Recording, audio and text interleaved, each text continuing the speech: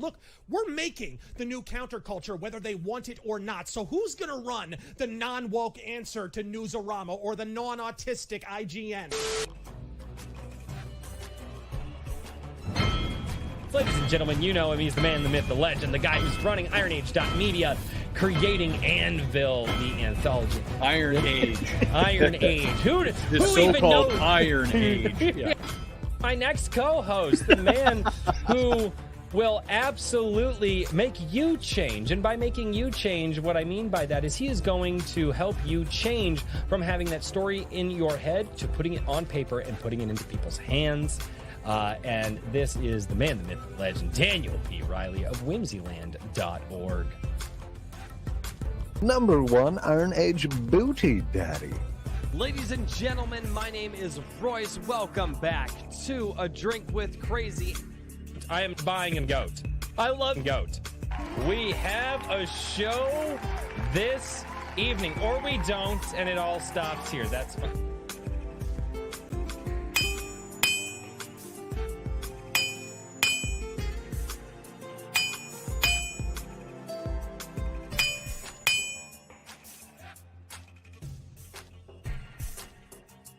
And so cometh the Iron Age of media.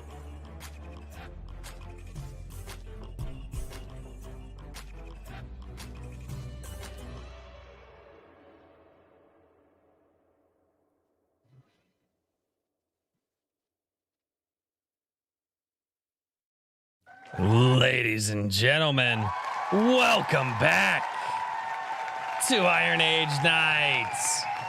What's going on, everybody? Good evening. Good evening, ladies and gentlemen. Oh, good Lord. It is going to be a fantastical Friday. We have a fantastical project to look at. Full transparency, I was going back and forth. I'm like, do I review the project before or do I do my first reaction on stream? And it was me, so I decided to do my first reaction on stream. So this is going to be a treat for all of us, because I am that guy. I don't know why. I don't vet my guests. That's what I tell Richard and Daniel to do. I don't think they vet the guests either. That's all right though, ladies. That's not welcome. entirely true. I think Richard does most of the due diligence. I just show up and drink. I'm gonna stick with my story. I'm I'm still going to, distribute the blame, but I'll take the credit for all the work done. So it's ladies Fair. and gentlemen, Absolutely fair. Good Lord. Welcome back, ladies and gentlemen. Iron Age Nights. This is the show where we bring you a fantastic indie creator every single week, whether they're writing novels, creating comics, they're doing tabletop RPGs, developing movies, or video games. We have got a fantastic roster of people that have been on the show before. And if you guys would like to see all of those old interviews, you guys should absolutely go check out the ADWC replay channel. I have been told that I never introduced myself on this show, and I should probably start doing it. So, ladies and gentlemen, my name is Royce, and welcome back to A Drink with Crazy. I am glad to be here. It gives me a few hours to escape from the black hole known as Pow World. I told the guys I'm gonna mention it on stream. If you value your time, don't download this game. You'll lose all of it.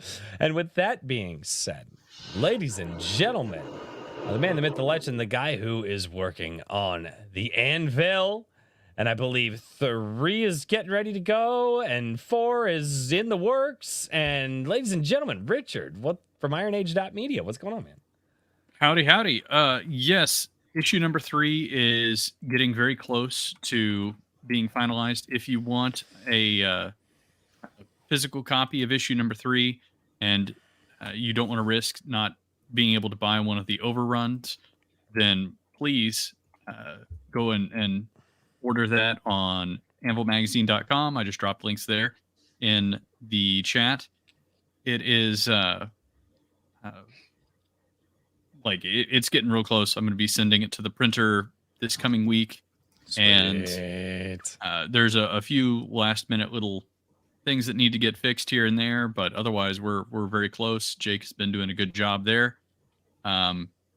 There's also issue number 4 is going to be coming out soon. There's been a little bit of leaks about who's going to be in there, but I won't spoiler that yet. I'll talk about it on Sunday night, probably. There you go. The Oh, sure. Save the good stuff for your show. yeah, exactly. The Forge but the physical issue number 3 and the Forge Master are subscription, which is stamped by me with an anvil, or on an anvil with a blacksmith hammer and a blacksmith stamp. If you want that, make sure you get it before February 2nd, because at midnight on February 1st, I'm turning it off because that's going to be the last second I can. Am I still allowed to call dibs on the one you beat the holy crap out of? Yeah, I found it. I figured out where I put it, so it's pretty torn up. But yeah, I'll kick it your way. You don't want to keep it? I will. I'll just make a replica for myself. I'm probably gonna have plenty of screw ups. Let's put it that way. Plenty of screw ups. You're like, I can make another one. Yeah, exactly. That's not as special. Dude, that's awesome, man. I love that you're getting that out, dude. God, I can't. Yeah. We're getting close. And then the other thing I wanted to talk about is that December prompt submission voting has been going on, and it's still live. You still got plenty of time to read. Whatever catches your interest over there. There were a lot of fun stories. ironage.media/vote.html, and you can check out all of the free stories from Iron Age authors and help figure out what gets featured on the site. There's been a lot of fun submissions. I am not quite done yet, but I'm going to be wrapping it up before February, because once again, the next round of submissions for the next issue of Anvil opens up in February. So sweet. The process continues. Nice. That's awesome. Also, by the way, chat, I love you. And God, I'm going to say that. Stop. I'm going to say hello to the chat, No. even though No. Royce won't. So can't. hi No. guys. I love you. You're I not. appreciate you. I did forget to say hello to the chat, didn't I?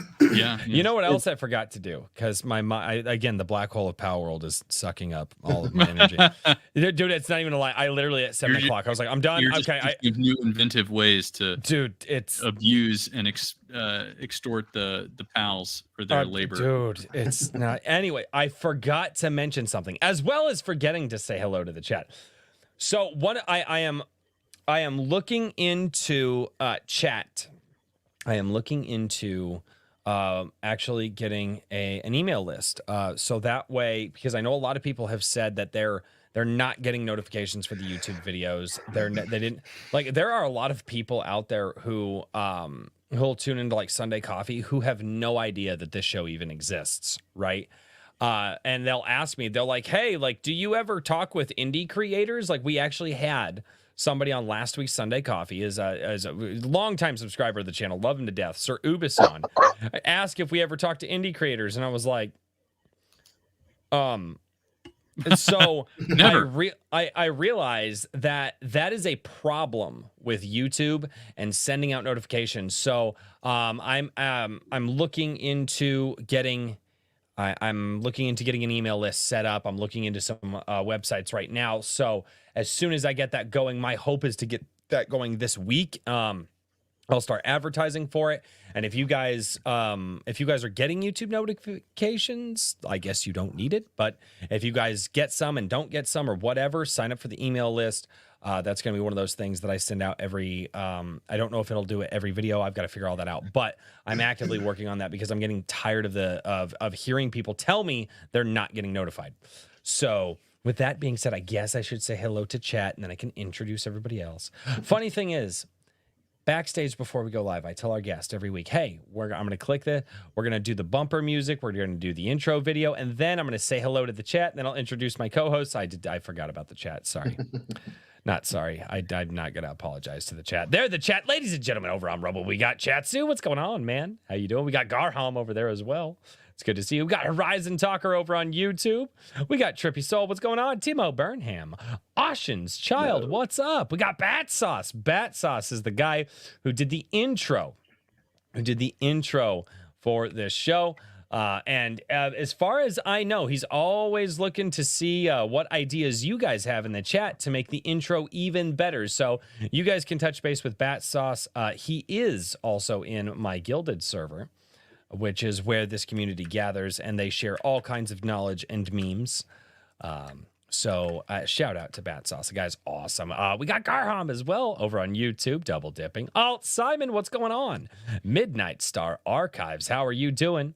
We got JP Stazak, what's going on? Redoubt Productions, Evely Music, Guilty Gearhead, AS Brunert, Iron Age Media. He's dropping links. Never mind, I won't get mad at him. He's dropping links. That's fine. He's doing his job. The Lord Otter. My mind is in Pal World. You guys are all pals to me tonight. You gotta do your job, build the base. Sorry, it's bad. My brain is in such he's already downloading the hand holding mods. You don't want to see where it goes next, guys. It's not oh my god, that's right, they did hand holding mods. Oh god. Hermit P. Hunter, the Lord Forge, what's going on? AC Pritchard, hello, how Hedge. are you doing? The Hedge, we've got RH Snow down in the chat as well. How are you doing, Mrs. Snow? It's good to see you. And I believe that I've caught up with everybody who is in the chat. No, maybe not. Nope, no. I think I got everybody except for the lurkers. I know you're there. I see you. YouTube tells me that you're there. Okay? So just pop in and say hello. We just want to know who's lurking outside of the chat. It's always nice to know who's lurking on you. And with that being said, ladies and gentlemen, the man who will lurk on your story that's in your mind. It's not how that works. That's exactly how that works. Daniel P. Riley from whimsyland.org. Daniel, how you been this week? You had a pretty late interview last night. Yeah, I am exhausted from Comic Shop Wednesday and then being on well-read comics until almost 1 a.m. And then now tonight, the drinking. I am pretty well beat. Plus, he's going to be passed out. Special edition campaign for G Sedai #1 is over. Oh, no. Complete at 46 backers. So sweet. That is I will awesome, be the only thing I'm doing this weekend is setting up the storefront for the standard edition. So that can start on Monday. And then on Monday, I'll be sending out to the printer for what I need and what I want as overflow for the standard issues. That's question awesome. about the Pals storefront. yearn for Is the that- mines. Is that still on FMC or For now, yes. I'm working on getting my own website set up to host it. doing sales on directly? your own site is kind of a pain. Yes, it is. Somebody who for the does it, time I can being- say, kind of sucks. For the time being, Luke's wonderful website gives me the option to do it there. So Yeah, FMC is great if you don't want to be hassled with that stuff. yep. Oh, that's freaking awesome. Yes, second rule of lurking. You must touch the butt. The like button. Ladies and gentlemen, be like Nemo. Touch the butt. The like button. Do that thing. We've got 24 people watching and 21 likes. 3 of you have not done your job. You're all my pals tonight. I got to get away from this game. It's not. It is infected my mind. I'd be at work. Like, Do you still throw like some kind of Pokeball analog? Yeah, you do. at them? Yeah, you do. You throw it. It's called a pal sphere. That's what A it is. pal sphere? My God, they are gonna get sued. Yep. I don't like these think guys. they are.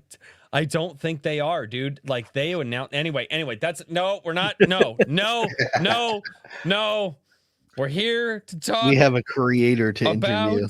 a fantastic creator, and I'm interested in Power World as well, so you're not. I know. No, he literally hears me talking about it backstage. He's like, "No, dude, tell me more." And I'm like, "Oh no, don't." Yes. Get the attention. He's just No. being nice, Royce. Don't- He's just being nice. Don't do it. Oh, I wish. Dude, it's Oh, man.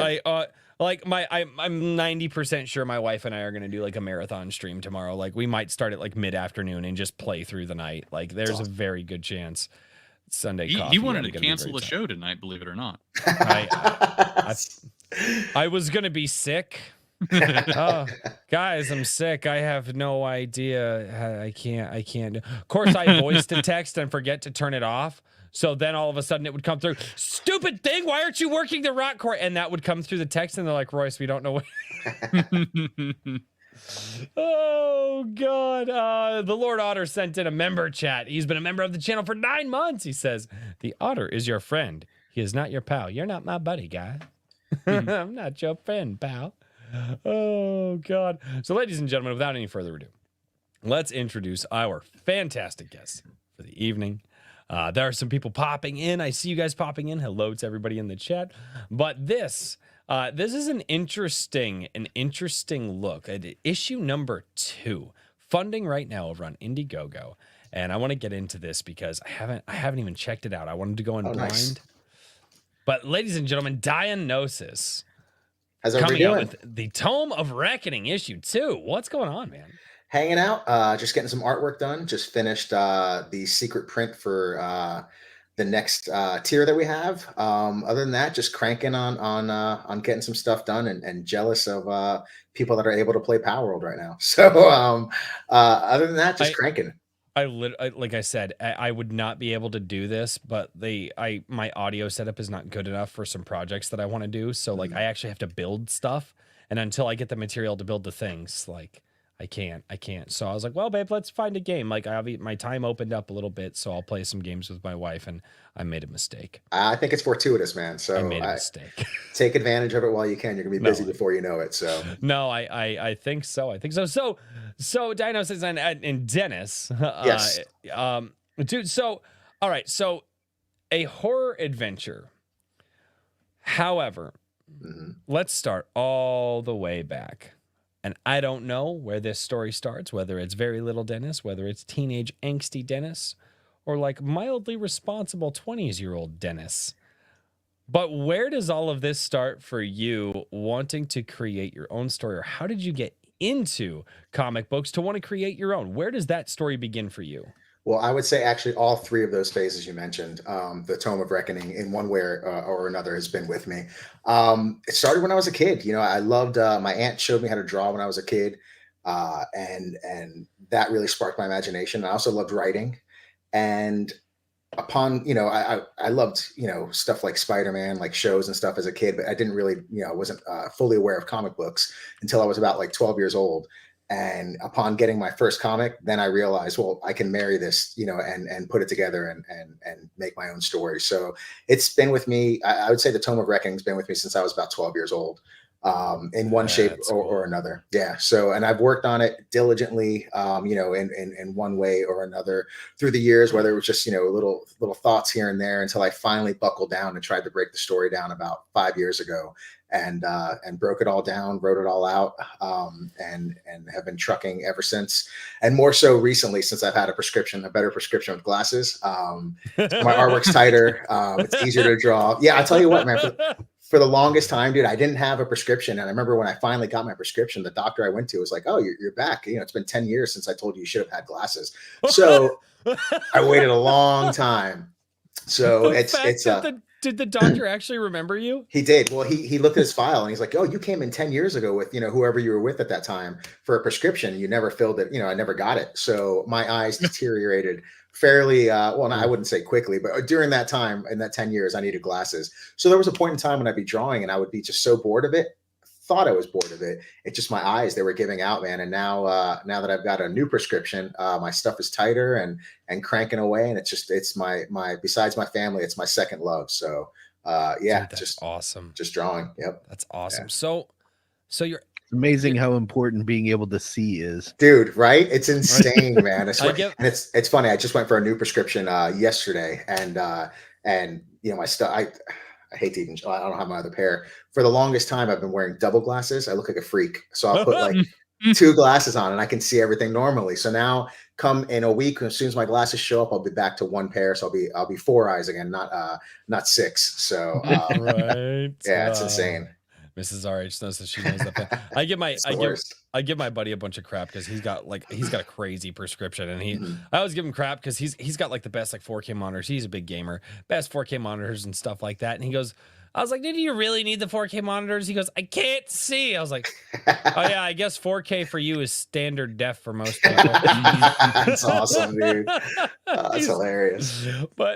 So okay, so your aunt showed you how to draw Yes. when you were young. Really young. And Yeah. how does that progress through? Like let's go through that. You said you give like the brief synopsis, but like let's dig into that. Let's get further into that brief synopsis. So you're a little kid, you learn how to draw, you're going through you're growing up, there's things that you're learning, there's things that you're doing, there's things that are influencing you. What's influencing you from the time like you're learning to draw through high school into adulthood? What are you doing, and how does all of that come into the Tome of Reckoning? Like, let's just give us the story, man. Sure. So it also boils down to my mother started me watching horror movies when I was really young, probably at a too young of an age. Luckily, it was nothing that was scary. I mean, I didn't find it scary. It was all make believe, your Jasons and all that other stuff. Never had any nightmares about that stuff. So that influenced my artwork as well. I used to get into like the dark stuff. I mean, I'm sure some teachers probably thought I was going down some crazy path, but in all honesty, it was just,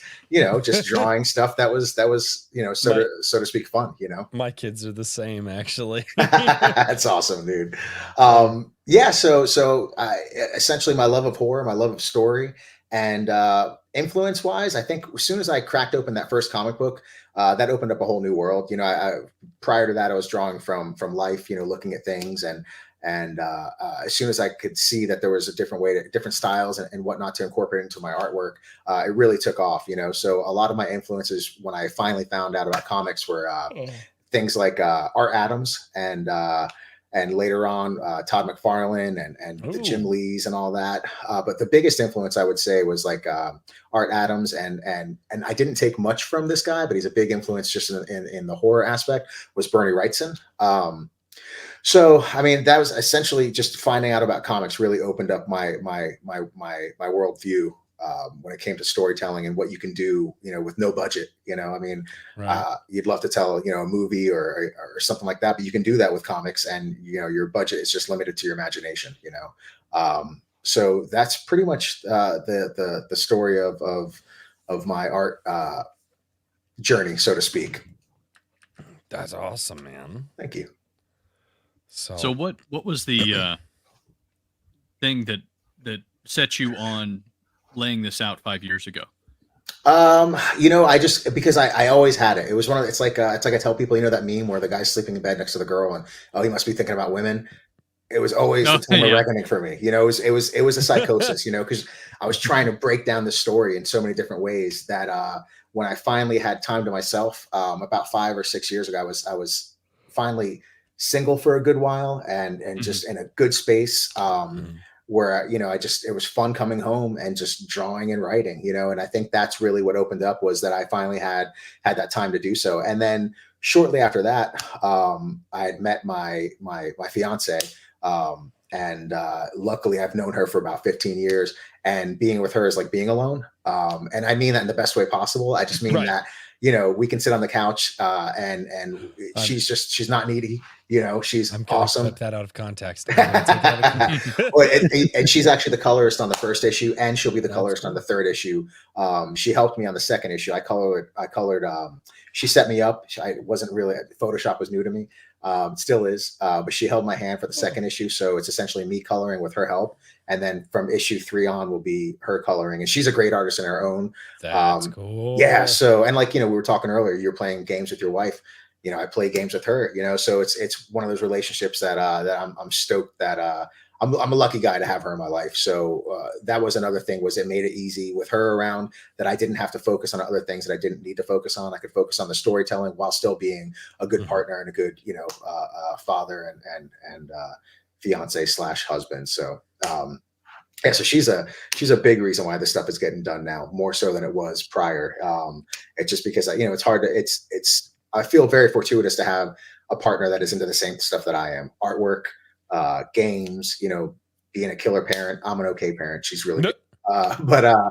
So I think that's really what opened up getting it done within the past 5 years and really cranking on it.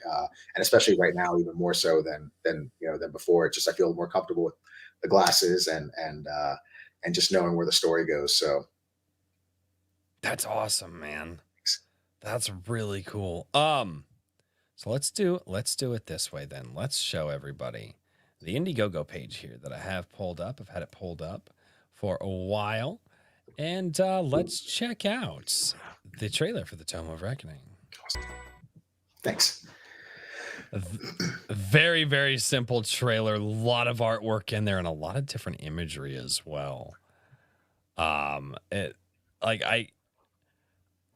like that it is a more simple form of artwork, right? That's really, really cool. Thanks. So, and I like the color palette.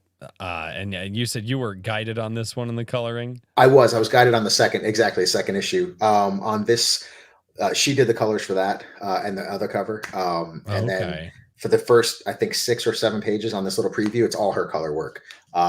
So you get to see mine with the werewolf fiery scenes. That's when I take over. Gotcha. Dude, this looks really, really good, man. And you've been, so how long have you been, I mean, obviously you said you got into it when you were a kid, but how long have you been an artist? Off and on I stopped once, I think for probably 5 or 6 years, maybe twice. So maybe a span of 10 years, I stopped drawing, which I wish I didn't. But I've been hardcore going at it again for the past like 5 years, 5 or 6 years. But yeah, off and on, I've been doing artwork since I was, a little kid, 5 years old, 6 years old. My aunt just started, my Greek aunt started to show me how to draw the Acropolis and like the little trees, like the trees that are native to Greece, and started with that simplicity, and then got a little bit more detailed as the time went on, and here I am today. And I can't wait to show you. That's one of the most recent pieces, that fiery werewolf one, and the first piece I've actually colored. But my artwork from issue 2 to where I am right now is tighter, and it just keeps on getting better with each issue. So I'm stoked for people to finally see where I'm at. Just starting pencil work on issue 5 right now, and yeah, so whoa. So I've got a little. So the issue 2 is here and funding right now, and you're penciling for issue 5? Yes. Holy crap! Yeah. So issue 3, we're just starting to color right now as well. So issue 3 and 4 we'll be coloring, getting it lettered. So as soon as it's ready to rock and roll, we'll be getting it out the door as soon as the campaign's done. So that is incredible, man. Thanks. That is an insane turnaround rate. Yeah, I'm trying to get it in your hand fairly quickly. You know what I mean? Considering that way to do it. Yeah, I think that's always a good strategy. Yeah, and I know some people are taking their time on doing it where maybe their story is fully contained in one issue, one trade paperback, which is great, And since mine is more episodic and chapter driven, I want to be able to get at least 5 out a year, and that way I can take a break, get caught up. Maybe even more. Now that I'm actually starting to work digitally, I just finished my 5 out a year. So you're looking at what? What does that turn into? 1 every 10 weeks? I guess maybe 4 a year. We'll have to see if I can crank them out that fast. I will. I just want to see if I can get it done as fast as I can. And now how many pages in each issue? So the first issue is 36 pages. The second issue is 36 pages. The third issue is 30 pages. And I think the fourth, I have to count it again, but it's like 40 something pages in the fourth issue. So you made up for the lack of the 6 pages. Yes, exactly. Got to do it somehow. And in the fifth issue, and they'll range. I think as soon as the story, because like any story, everybody, the group's getting together, people, everything's getting put together right now. So issue 6 and on might be 30 pages, 20 something pages. But the cool thing about doing this stuff yourself is that nobody's dictating how many pages I have to put in, and drawing it myself. I don't have to worry about paying somebody to because I know it's expensive hiring artists and whatnot. I have a cover artist who, it is, man. And I'm probably on the lower end for artwork. I tend to do it at a relatively cheaper cost. That, ladies and gentlemen. Did you hear that? Did you hear how he just slid that right in there? But I'm definitely very busy right now with my own book. But when I have time, I do. So now you take it back. Well, it's funny. I just did. I want to say like 3 or 4 concept pieces for somebody, and they loved them. I can't show them obviously, but we actually just finished. Yesterday was my first time actually drawing on Procreate. I don't know if you guys are familiar with that. But so it's a program that you can get on your iPad. I bought my fiance an iPad, I think a Christmas ago or 2 Christmases ago, and she's been doing artwork on that stuff. She's like, you should try it out. I'm like, I'm used to the pencil and paper and pen and all that stuff. Tell you what, man, I think I might be switching over. Yesterday, I went to the Procreate and banged out we have a secret tier that's opening up. We're $5 away from it being dropped. And I drew it up right now. You're $5 away from it. Yeah. So as soon as that drops, then I'll be releasing the image. So chat, as soon you heard it, as soon as he hits that tier, he'll drop the image. We could get an Iron Age Nights exclusive. Yeah, 100%. And I do have $7 PDF. It's I now, so the way I run my campaign, I know a lot of people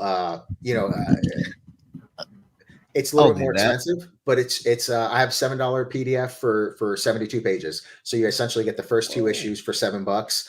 And I know it's a crowdfunder. So I'm obviously, the price is a little bit more expensive than what you'd pay if it wasn't a crowdfunder. The reason being is because I'm trying to get enough capital to print, and the more I can print, the cheaper I can get the cost down for the secondary version. So whenever you actually get a book from my crowdfunder, it'll be a first print exclusive with extra art on the back, interior and outer cover. So that way it'll differentiate it from anybody that gets the second printing. There'll be no extra artwork, but the book will be cheaper, So, and I leave that in my my campaign as well. So I'd like to be as transparent and let people know, if you want to wait, you can, but if you don't, then you get, cool stuff. We've already unlocked one print, and then the next print is a sultry character that's yet to show up in the book until I think issue 4, but I'm giving a sneak preview, and it's actually my first digital work I've done. So yeah, it's very sultry. It's it might be not. I don't know if you can show it on YouTube.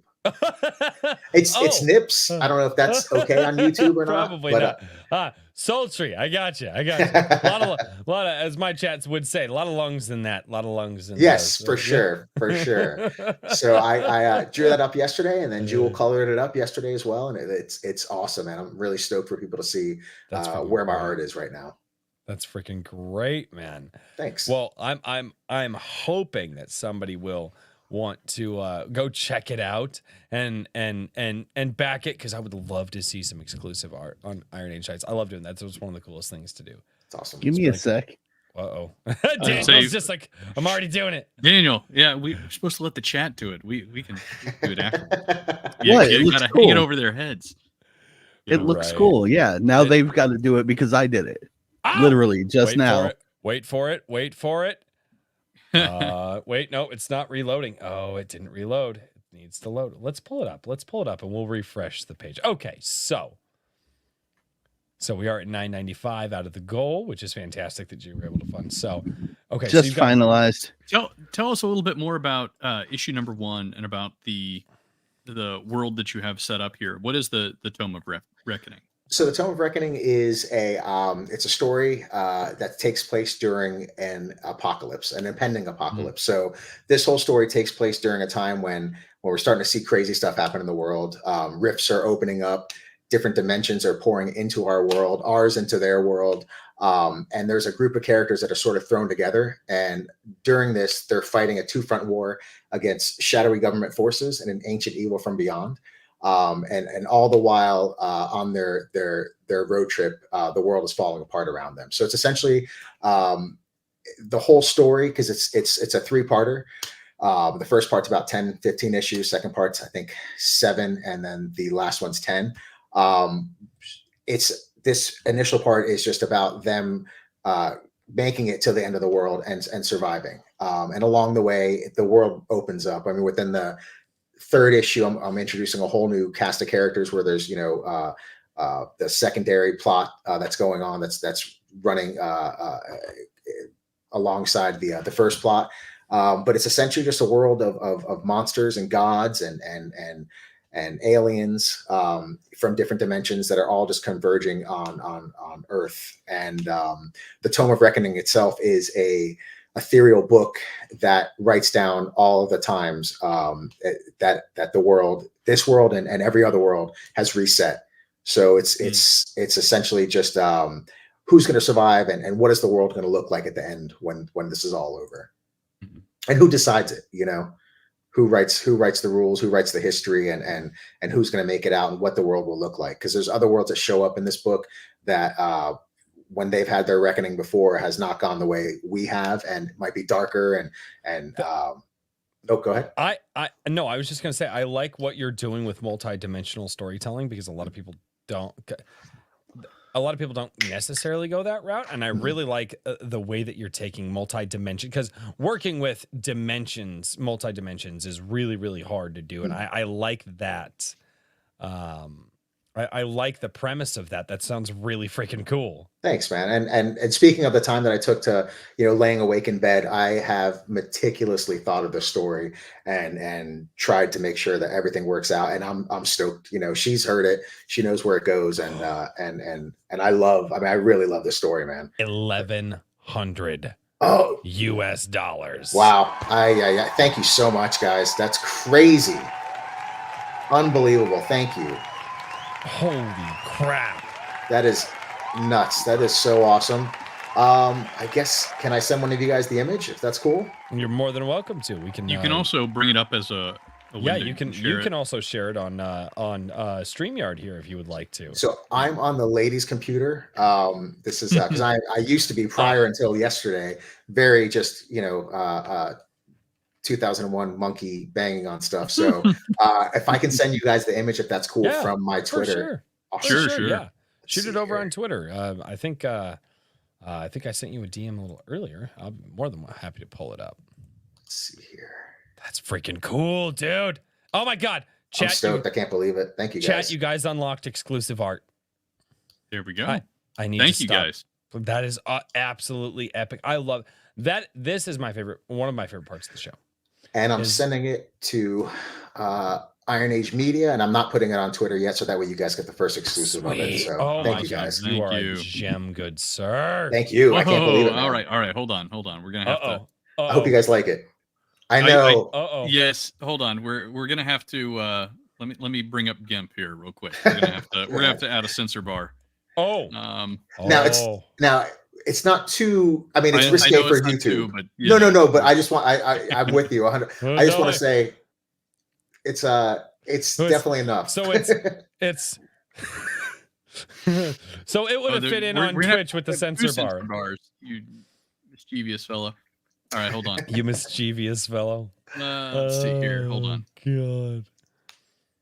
I do not. What you'll have to do is just crop my face out of the image that Neutron Boar did, and we'll just use that. Just put my face over here. Is that what you want? No, we're doing black bars. That's pretty funny. No. I'm just saying, like, it's a Drink with Crazy. I might as well. Or put the Drink with Crazy logo over it. You could use our logos as the censor. That's called marketing, Richard. That's hilarious. That's called. That's awesome. You're product placement. You're difficult. Product placement. The two faces will work perfectly. Hold on. Somebody send me Royce's face. We're gonna move forward. Let's keep rolling. Oh God, the hedge would have my hedge. Face. Yeah.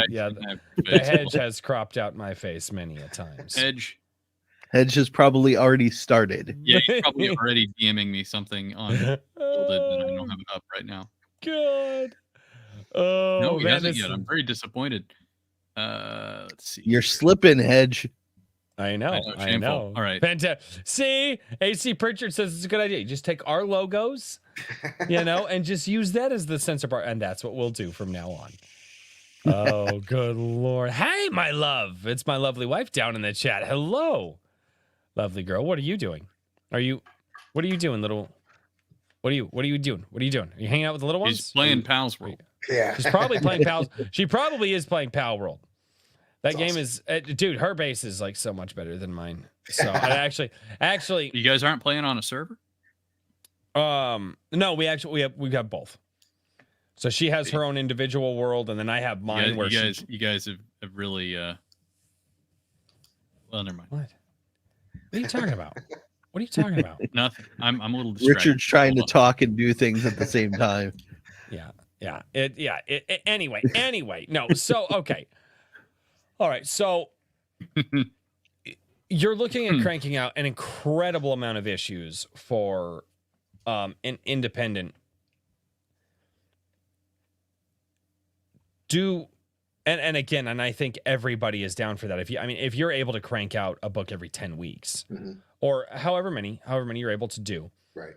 I mean, that's going to set you apart from a lot of other guys who are trying to get the books done, because they're like, you're an artist and a writer, or maybe you're working with a writer, but either way, you have control over the primary thing that takes the longest to do, which is the artwork. Totally.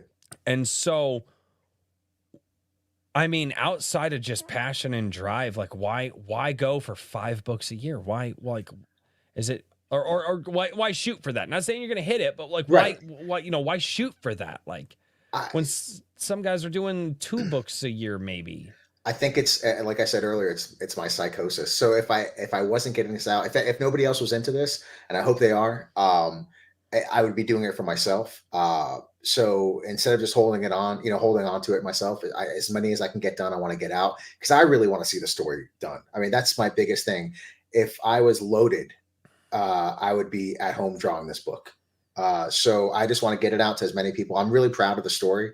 I love the characters, and I just hope that it resonates with somebody else like it does with me.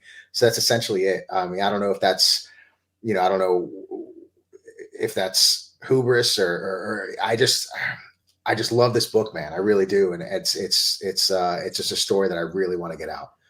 So it's just, if I can get it done for myself and be able to get it in other people's hands. Like, I love looking at this. I know where it all goes, and I still love reading my story, and not to say that I don't love everybody else's stuff, but it's just something that, like I said before, being a horror hound when I was a kid, I never found this story in media. And I know there's stories that are like it. It's not that my story is so unique that it's not like anything else, but it is set apart from other people just from the way I tell it. So and that's an important point. Not every piece of a story has to be original. But It's no such thing. No, yeah, exactly. But you can take a bunch of different pieces and put them together in an original way. I mean, look at food. Food is basic. Whoa! I see. Oh, That's my awesome. God, he actually did it. Okay. So let's actually take a minute, because That's awesome. all right, let's blow this up on screen so I can. Oh my God! Oh, I see why you had to use. And he actually used my face. Who did the color work for this one? We got Royce's judging face looking in here. That is hilarious. I might use that actually as the I print. might use that actually. So That's awesome. Okay, who did the color work for this? Jewel, my lady. Yeah. She's really good. I will let her know. She's hard on herself. I think she's awesome. I think she's a better artist than I am. But don't tell her I said that. There's a lot of lighting and shadowing happening all in a very, very small area. Yep. As well as the shadowing happening in the background to illuminate the floor and everything, and the way that the color gradients come together. She's really good. Thanks. Well, Thank you so much, I tell you man. what I liked about it that I noticed was that she's looking at you in both the reflection and in person. So that's a good, nice little horror twist there. I like it. Thank you. And to go with my, because it's she's a vampire. You'll learn more about her later on. But I have my own lore that pulls from so many different, vampire lore. That this is my version of the reflective lore, where you say, oh, a vampire does, that you can't see them in a reflection. You just see what they really are in the reflection. So if you look, you can see she's a little bit more demonic looking down there. You would see her as this sultry person that's, as a normal, as normal as a person crawling in a small river of blood. But you in a reflection, you can see what she really looks like. So that's why they're sort of adverse to having their reflection be seen. No mirrors, none of that stuff. But I wanted to throw that in there so you can see the duality of this character. So I'm glad you guys dig that part. That's so freaking great. No, that is really, really good. Okay, that we have been having conversations just about the level of people who are kind of entering the indie space, or the Iron Age, or Comicsgate, or wherever, whatever indie sphere you're in. I mean, the pulp rev, it doesn't matter. The indie sphere is elevating radically, right? You're seeing artwork come out for first and second issues that's just blowing stuff that was coming out 5 years ago out of the water, right? you're seeing, and we believe that we're going to start seeing artwork by the end of this year blow stuff out of the water that we saw last year. And honestly, you're on pace for that. Thanks, man. That's really nice to hear. That's what I'm seeing here, because the line work, the line work is tight. The coloration is fantastic. Lighting looks great. The duality in the picture. I mean, there's a lot going on here. I mean, as not an artist myself, I'm sure some a-hole out there could go, oh, well, it was a little off in this one. Yeah, shut the fuck up. But this here, the way that the coloration is presented and the way that, like, dude, this is really, really good. I'm really happy that we were able to see this. And I'm also very happy that Richard was able to censor it a little bit, because I get why he was like, okay, we need to. But dude, we probably could have gone with 2 Royces instead of 4, but I decided to play it safe. Yeah, 100%. I know. Yeah, the top ones are a little bit more detailed than the reflector ones. But yeah, it's. But thank you, man. I really appreciate that, because when you're doing your own stuff, like I said, most of it was for myself and just doing it, in the comfort of my home and not really putting it out there. It's like getting my child out there and people are actually being receptive. So I'm excited to hear that, man. Because I don't know how everybody else is. I see a lot of people who are, and this is not a bad thing, that are full, really happy, that, full of pride with their stuff. And that's awesome. I wish I had that. Probably some childhood trauma. Who the fuck knows? Pardon my French. But I'm hard on myself when it comes to this stuff. Pardon your French on this channel. Never pardon your French on this. Oui. I, in fact, encourage the French. It's awesome. Dude, I'm a blue collar construction worker. I drop F-bombs like you wouldn't believe. So that is perfect then. Don't worry about swearing on this channel. That's awesome. But getting it out there and people actually being receptive is sort of cool, because I'm my own worst critic, man. Like, there's nothing somebody can say to me that I haven't said to myself in the mirror. Be. Yeah. I think it builds character, Yeah. Yep. No, Definitely. you should be. And so obviously, so you have your wife there. Yes. Have you, and because you're your own worst critic, but one of the things that I think is really important, you kind of have that support network, and you go, okay, something that I'm doing here doesn't work. I know something doesn't work, but I don't know what it is. Have you ever had to do that? And you look at your fiance or family mate, you're like, what am I know something's wrong, but I don't know what it is. Have you ever? 100%. And I'll tell you, prior to that, I didn't, with the internet, you can talk to friends and show people stuff, right. But I don't really have a close connection or a close tight knit art community over here for myself. It's just me. Mm-hmm. So finally having her in my life, 100%, she'll be like, oh, that looks wonky. I'll fix it, and it's good to have, because if you don't, sometimes you get so trapped in what you're drawing or what you're painting or whatever you're doing, writing. You need that outside opinion to let you know what's going on if something doesn't work, and she's fixed numerous things for me, which it's awesome. Yeah, it's really cool. And she's right across the couch, which is something that's super cool. Super convenient. 100%. 100%. Yeah, for sure. I just have one question, and it's actually for Richard. How does it feel to be the Iron Age FCC? The Iron Age Knights FCC. Well, I was chuckling to myself as I was engaging in censorship. So maybe I'm a little bit more censorious than I initially thought. Oh God! As long as I can use Royce's face to censor things, it's going to amuse me. I shouldn't have said this, but now, like, everything, he's going to bring on the gnarliest people on his channel. He's like, and Royce's face there, and Royce's face there, and Royce's face is there. I had no idea. I thought this was a good family friendly, horror mutilation comic, not a, Oh God, that's awesome. freaking great, dude. No, I'm hoping that, I mean, you got 16 days left. How long did you go for? A 30-day, or did you go for a 60-day? I think something silly like 35. I don't know why. Maybe because I started. That hurts my brain. What? Yeah, I think it was just because I started it in the middle of the week. I think part of it was just because I'm so busy because I'm like, the one-man show doing Right. except for the letters and whatnot and the cover, and the colors, obviously. Who did you hire to do your lettering? Do you have a letterer or use a letterer? I do know there's a guy named Davison Manes. He's awesome. I've come into a little bit of a predicament because he has a contract with Comixology, which is awesome. I'm stoked for the guy. He deserves to blow up. He actually has a comic that he's doing too called Jessica Siridal, and his artwork in it is awesome. It's an artist he has, but he's written it. It's a sci-fi book. So if you guys ever get a chance, I think you can find it on online, Jessica Siridal. But he's booked up with Comixology, so he told me it's going to be a while till I can get issue 3 done. So I'm a little bit of a predicament where I might have to find another letterer for issue 3 just to stay on pace on getting these books out. So, but I'll talk to him in more in depth within the week and see if he can fit me in somehow. But Davison Manes he's the best, man. I love his letter work. You can see some samples on the project page, but he's done stuff like Grom, Galactic Rodents of Mayhem, by Gilbert. I can't remember his last name.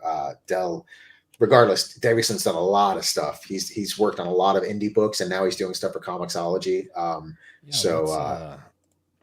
Let me talking Very about cool. the letter work here. Yeah. That's because we don't meet a lot of letterers. Like we've talked with one, which is Eric Weathers, the guy, and Eric Weathers, he gets around like a town bicycle, which is good for business, right? It is, That's what you want to do if you're in this business. But here's some of the letter work, guys, and that's clean. Yes, that's very clean. Like that is really clean. That I can see why you hire him. Mm-hmm. For sure. And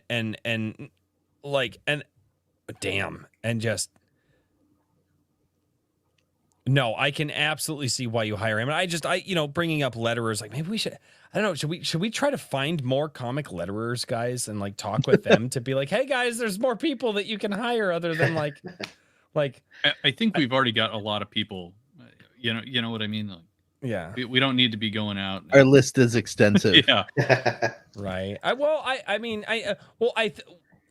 We've heard of 2 letterers. Are there more? Or are there only 2? Are there like 2 guys just covering the entire? But anyway, no. So getting back on topic, if I can remember.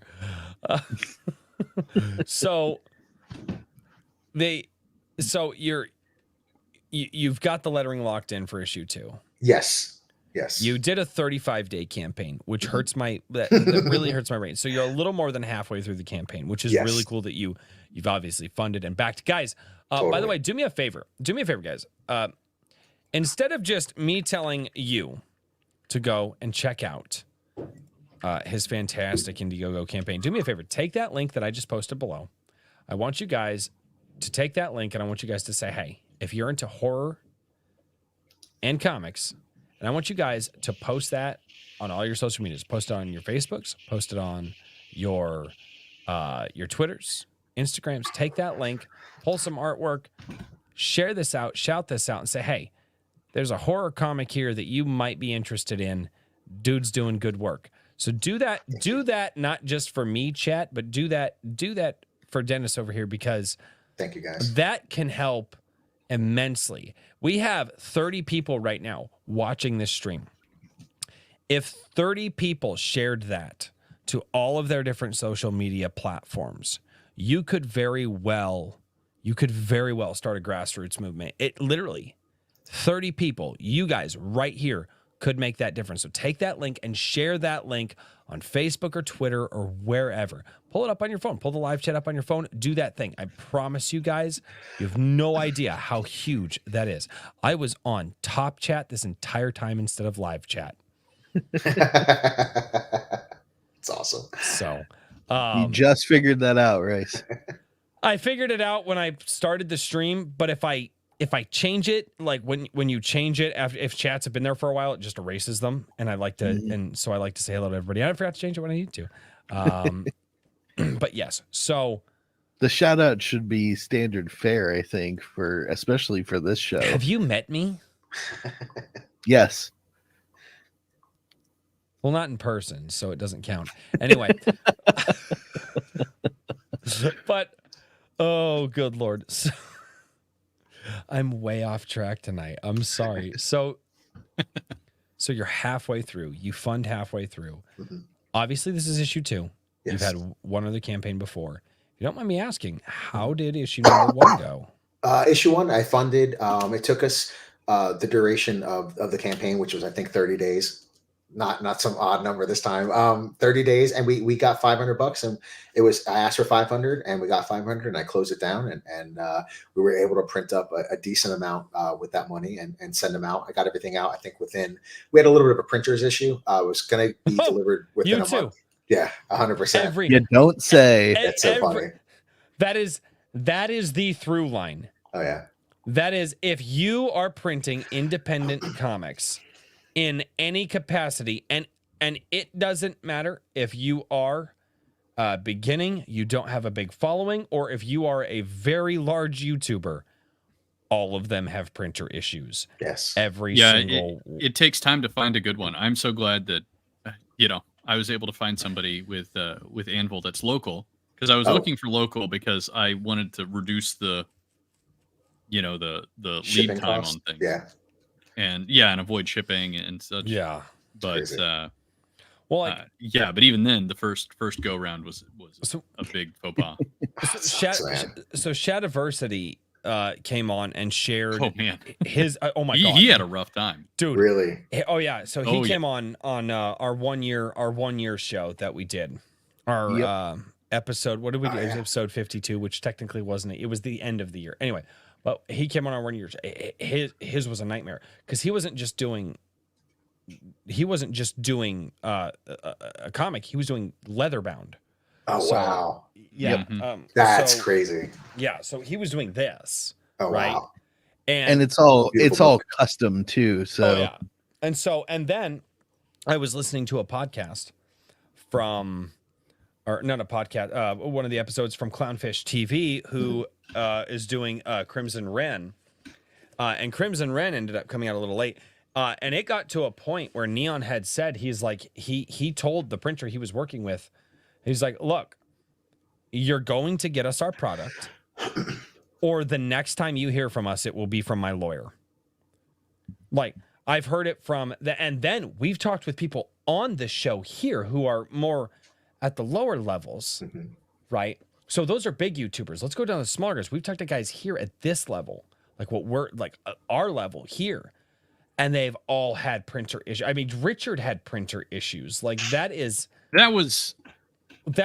were some special circumstances with that one, but well, they're all special circumstances. Well, yeah, I guess the thing that would be common to my experience with a lot of other people is that the people I was working with sold the business in between the time that I got the quote and placed the order. So it was different ownership. Wow. And the new owners were not of the same caliber. Oh, it sucks. They ended up going through the effort to make things right on the first issue, so I won't give them too much. I won't deride them too much, but I have moved on to another printer. So, wow. But yeah, but that guy's great. Awesome. That's awesome. I think that gentlemen, because I know we want to do more panel shows. Maybe that's what we should do. We'll just have a bunch of comics guys come on the panel show, and we'll just have a stitch and bitch about printers. Yeah. Like, because it is a thing. Yeah. It's a thing, and it is something that needs to be talked about in the broader scope of the world. Actually, you know what? That's going to be a thing. Yep. Know what my next video idea is. Continue. Yeah. So, I was using Mixum, and I nothing bad to say, because on my end, they actually tried to rectify everything. They did a whole other print run, got it to me relatively quickly. Unfortunately, there were still issues with that. So I ended up just redoing files and then printing up just what I needed for the backers that I had. And luckily it was I think what I have. I didn't have many the first time, which still awesome, because they got me over the line, or got me to the line, and was able to print. So no complaints whatsoever. But for 13, 14 backers I had for the first one, and got them all their books within about, I think, maybe a month later than what I had anticipated. But yeah, Mixum treated me well. So I'm using this time. I'm going to see how it goes. Hopefully, they're going to be just as receptive or as attentive rather as they were the first time. So hopefully everything goes okay. But I'm planning. I've actually said that the book will be released, I think, in March. I think I said so. That gives me more time for printer issues. So. And if there is an issue, I'll just keep everybody abreast of the situation. No pun intended with the drawing we released, but and hopefully it goes by smoothly. So, but yeah, printing, it's nerve wracking. Yep. That's why I gave myself an entire month to get it sorted. That's awesome. That's smart though. Yeah. Oh man. But that is every comic creator that we have talked to, damn near. Yep. Printing comes up and they're like, had a little bit of snag with printing, and it's just like, and it's and some people it's not even little snags. Yeah. Some people it's like they're 3 to 4 months late on delivery because of it. That's a bummer. Yeah. Mm-hmm. So that's a major thing. And something that way I think we need to talk. So maybe that's all I'll do. I'll reach out on Twitter to some of the indie comics guys and ask what their issues with printing have been, because we need to have a larger conversation around that. Daniel, weren't you looking into buying a printer to avoid those issues, and then you realized, oh. Yeah, well, it's still in my mind, but the business side of what I do has kicked into some overdrive, so I don't really have time to mess with it right now. But maybe after another Whimsyland growth spurt and things calm down for me personally, I'll look back into it again. But yeah, I have done all the research on setting up either my own printing shop in the basement, or I've reached out to local print shops to see about co-opting their equipment. That'd be cool. I'll think about it in a couple of years whenever my children are old enough for that kind of manual labor. Without the free labor. My kids are already old enough. I'll send them to Texas.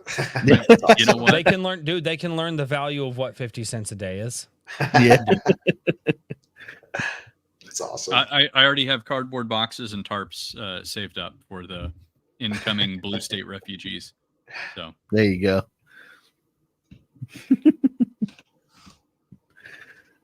Go with the sweatshop capitalism. Yes, exactly. Yeah.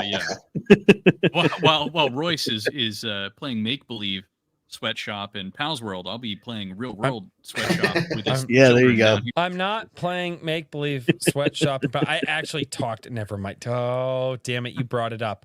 I hate you, Richard. Kind of. A little bit. No, I'm sorry guys. I'm just putting it on Twitter right now. To all of the indie comics creators, what issues have you had with printers? Printing issues keep coming up in conversation. Is this a big issue? I'm just gonna put it out there on Twitter.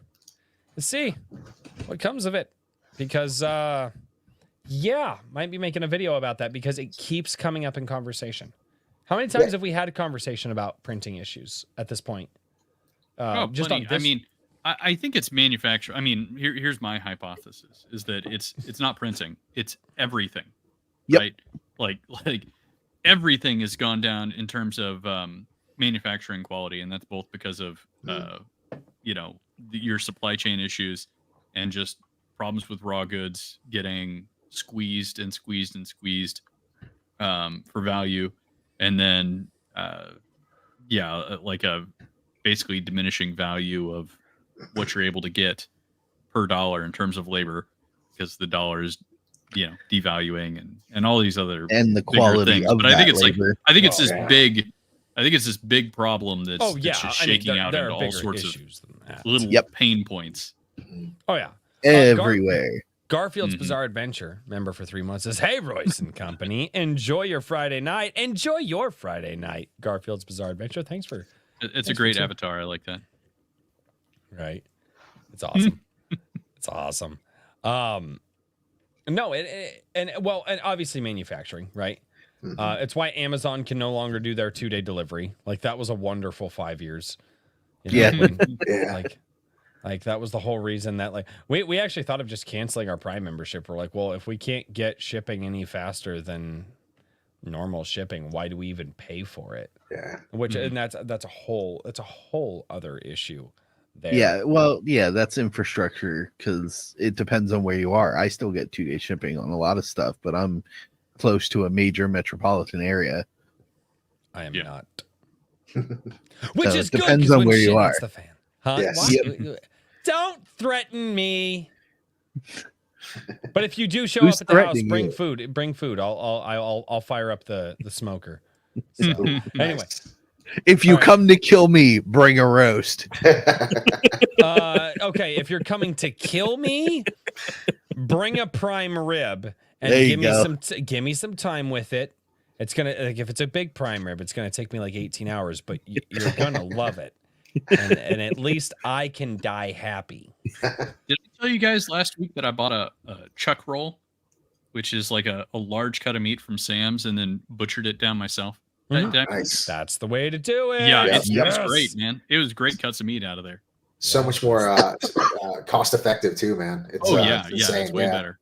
Really is. That's why I Oh, like wow. my local This is butcher, what I'm going man. to do from now on, I It's guess. awesome. Yep. We made friends with a local processor, and so when there's trade work, my wife helps with some trade work, and basically we haven't paid for meat in like 2 months. That's awesome. Nice. And we have a family of 6.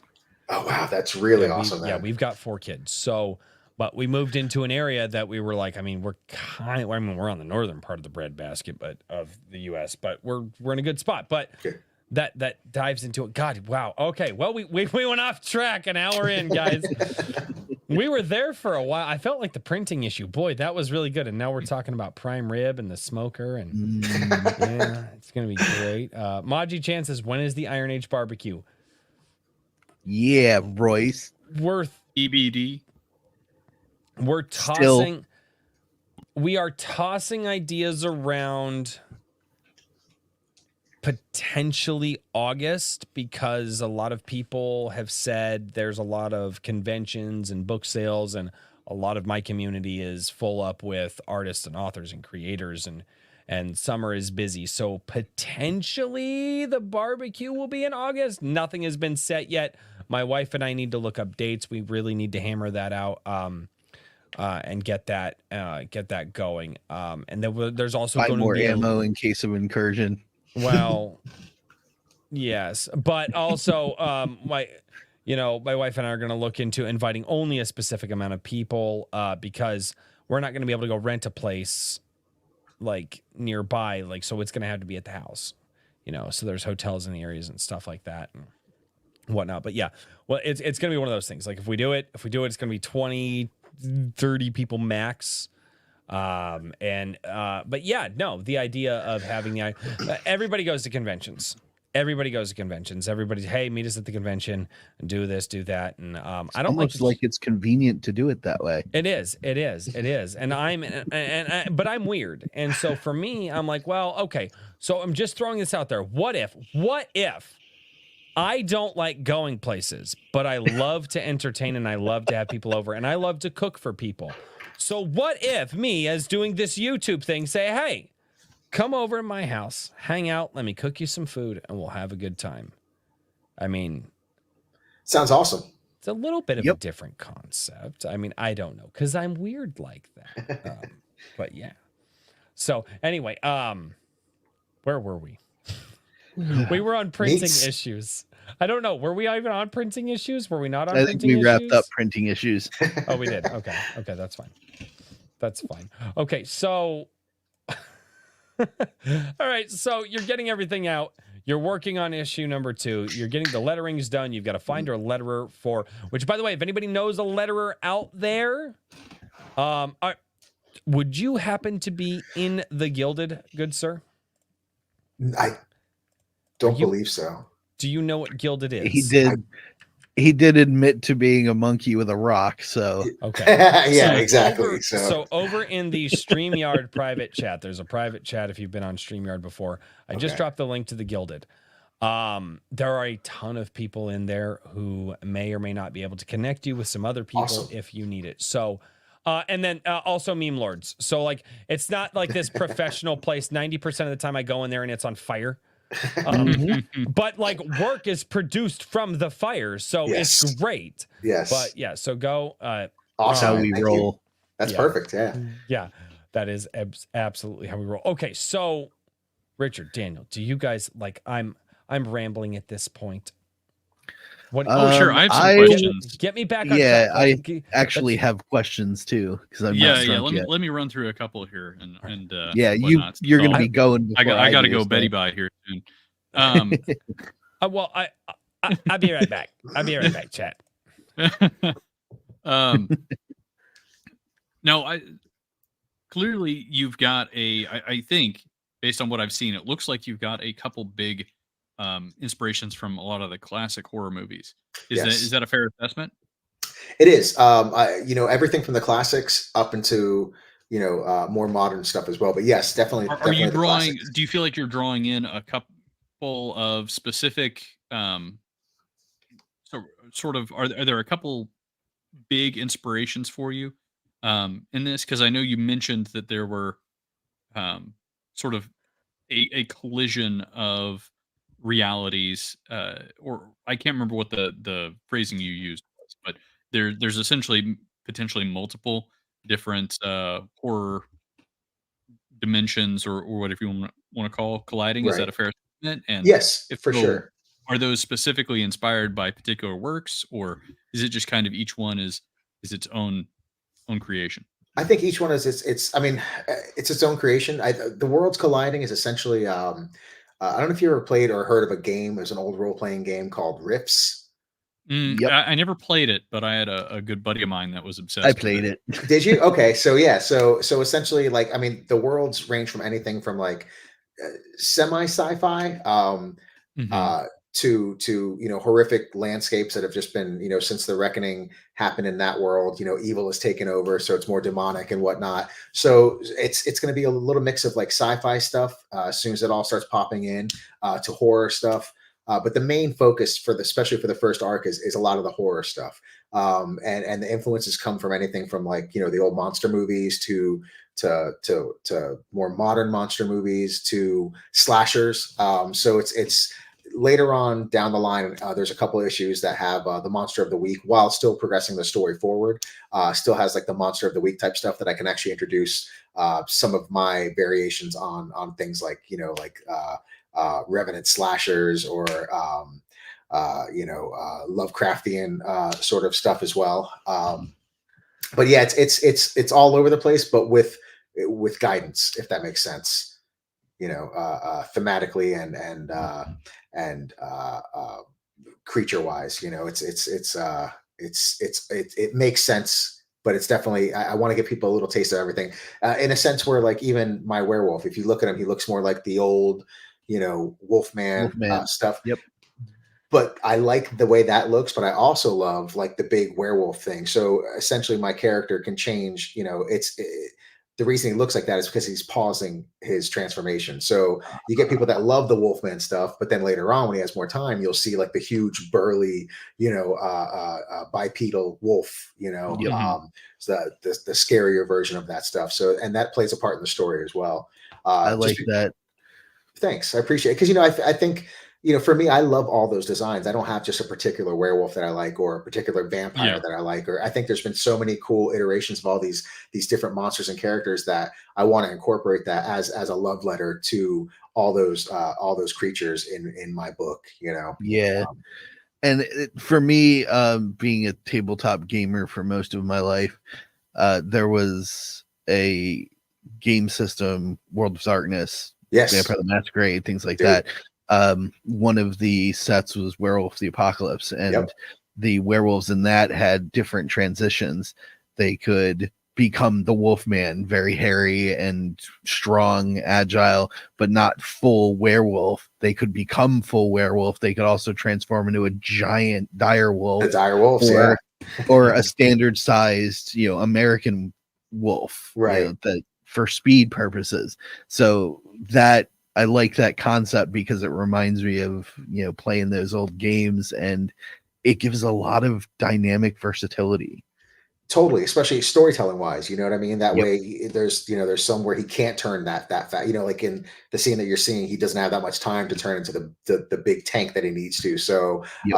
and even saying that, there's more of the human aspect that comes with that type of werewolf that he can't do when he's the big burly guy. So, like you said, it's a versatile storytelling trick as well, where Yep. if he can't, if he doesn't have the capability to be the big tank, can he be a smarter, sleeker version, that can maybe sneak around Mhm. more, or faster. So yeah, I'm with you on that 100%. Although Yeah, it's I am very going to cool. say, as far as werewolves are concerned, Dog Soldiers is the peak. Dog Soldiers is awesome, man. Yeah, Yeah. I think I'm That's my surprised they haven't. movie. That's awesome. Yeah, that one took me by surprise, man, because there hadn't Oh been man, I many remember good when I werewolf watched movies. that. I was like, oh, Yeah, oh, yeah, and before that, there was a lull in good werewolf Mhm. movies. There wasn't really anything that came out that was like that blew me away since The Howling and American Werewolf in London, and then Dog Soldiers Yep. came out. And it was like Aliens, but with a great lore behind it. Yep. And just great effects, and the werewolves are creepy as shit. All spindly and big and tall, and yeah, and the Mhm. story's great, dude. Yeah, it's a underrated movie. I think from the mainstream, I mean, people like us probably, there's a bunch of us that love it, but I'm surprised there hasn't been a sequel. That's a great flick, man. It Mhm. is. Spoon, best character. Yep, Yeah, yep. dude, that's awesome. So funny. I think there was what was it? They were talking about doing a new Howling movie, based on the book, a new adaptation by what the hell's his name? The guy who just did The Flash. I think he's Oh, what the hell's his name? yeah. I don't know. I'll be honest with you. I kind of just I can't get enthusiastic about hardly any movie these Oh, I don't days. blame you. Yeah. I'm Yeah. also kind of like a wet blanket about most movies. I don't know. Well, that's the reason when it comes to that genre stuff, there's a reason why I'm writing this book or doing, because I Mhm. haven't found what I wanted to see. So I'm with you Uh, 100%. Yeah, all right. So totally. I have two important questions for you. Sure. What are your top 3 horror movies?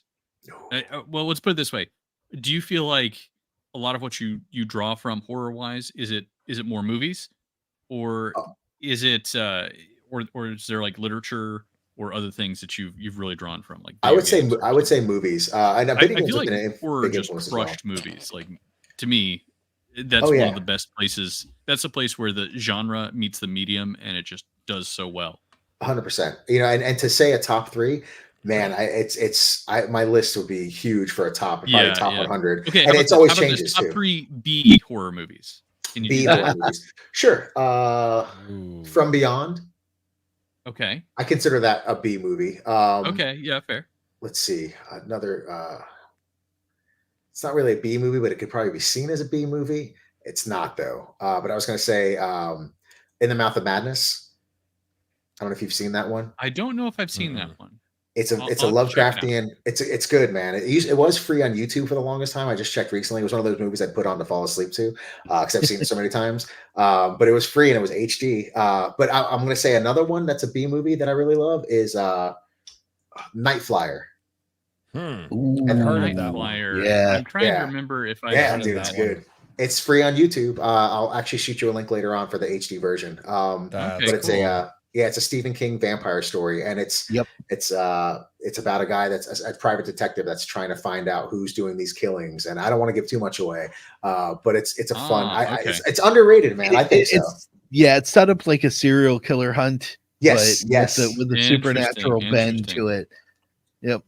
yeah. In the Mouth of Madness is Oh man, great, I'm gonna have dude. to check these out. Yeah. I've not watched any good horror movies in a while. I Yes, Yes. dude. Yes, it's great, dude. Yeah. I I Uh, always like my favorite like parody B movie mhm. is The Lost Skeleton of Cadavra. I don't know if you ever heard I of don't think that. I haven't. It's No, I'll have to check it it's out. a it's a great lampooning of kind of like the like really early um 1950s horror and Okay. whatnot. It's a fun one, I'll especially have if to you check it out. kind of have a enjoy, like, you really enjoy those kinds of movies. I just feel like they had a love for them and did a good job. Oh, I'd love to see that because I like something that can do an homage but do it more with a modern take. So Yeah, yeah, I'm down to see it's that. a good one. There's other ones that are by those same folks, and none of them seem to like quite click like that one did. But man, yeah, there's so much good stuff. I don't know. I'm curious with you. I feel like they're really since like I would say mostly since 2010. I don't feel like there's really been that many good horror movies that have come out. I feel like the entire genre is just a lot of it's been just rehashed. like they and became too reiterated self-aware. yeah. And they just got really deconstructionist with it. I don't know. I just don't feel like there's even in the indie space. I'm trying to think if there's anything after 2010. I got a good chuckle out of like I don't know when did like Cabin in the Woods. There was kind of like that last Oh, hurrah with Cabin in the Woods. Yeah. that was good. That And was I then think 2010. I think you're right. yeah, so it was like Cabin in the Woods and then Tucker and Dale versus Evil. That's a great one And, too, dude. and Hell then yeah. like They Zombie keep versus killing Bugs. themselves. Tucker But and those Dale were all versus comedy. Evil. Yes. Yeah. You know? Yes. True. I heard Talk to Me is good. I've yet to see that, but I heard that's a good one, and that's a recent one. Man, you got I wish I could speak on this, but I just like I can't do horror movies, not because they're particularly scary. In fact, some of them just kind of make me laugh. But because the only dreams that I generally ever have are nightmares. Oh. And any time that I watch and it's and by nightmares usually it's nightmares about people close to me dying. Oof. Yeah. And shit I'll that blame wakes you. me up out of a cold sleep. So I can't horror movie. I can't. I've not been able to do it since I was a kid. I have watched some and but it's just a consequence of me being me, And so I wish I could do one. I would say a B, maybe it might fall under more thriller than horror, but Case 39 always freaked me the fuck out. Like that Case 39 did a good job being more of that B-rated style of kind of thriller horror. Is that with Kim Basinger? It's kind of blonde lady in it, right? Well, yeah, and then and then Bradley Cooper played a B character. Bradley Cooper was in it, and then it's that lady. She's got to be like 40 years old, but she has that she's got that condition where she looks like she's like 12 or 14 for her whole life. She was the same girl that was in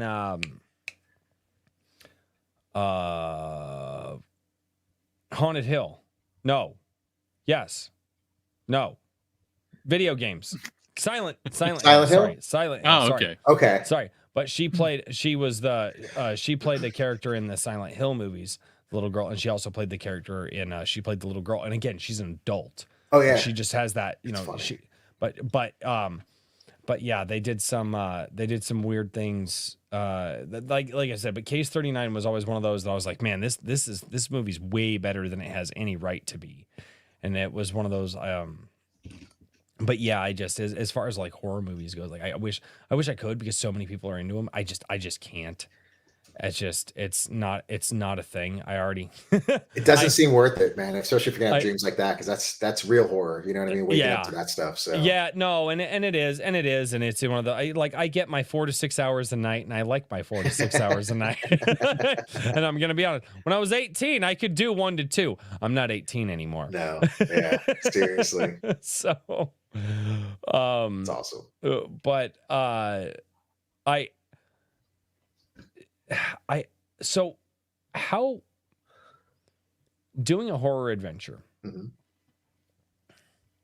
what are the challenges of taking horror and putting it to the page? Because I will actually say this. So Dojo Kun, for those of you who don't know, Dojo Kun Comics does his Incendiary show.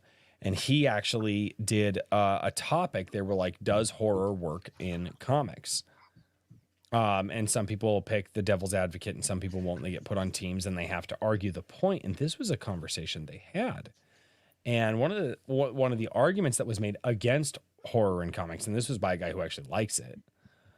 He's like, but it's not really scary. He's like, there's something missing when you do it on the page.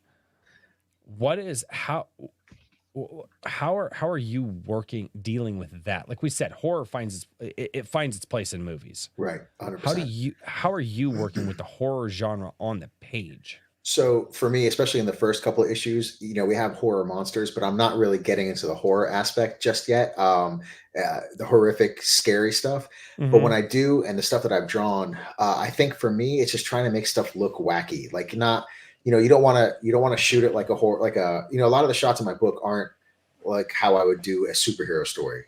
There's not like uh when you set up those shots in a superhero story, it's dynamic. And not to say that some of the stuff I'm doing isn't dynamic, but it's more like a set camera. And I Right. think when I get more into the horror stuff, but I agree. I mean, it's hard to really have something jump off the page at you like that. But I think the way you do it is, at least the way I'm trying to do it, is to make stuff look a little uneasy when you're looking at it. Like really take my time and making it look different than all the other pages, and making it something that you'll think about later on, just like the written word. Okay.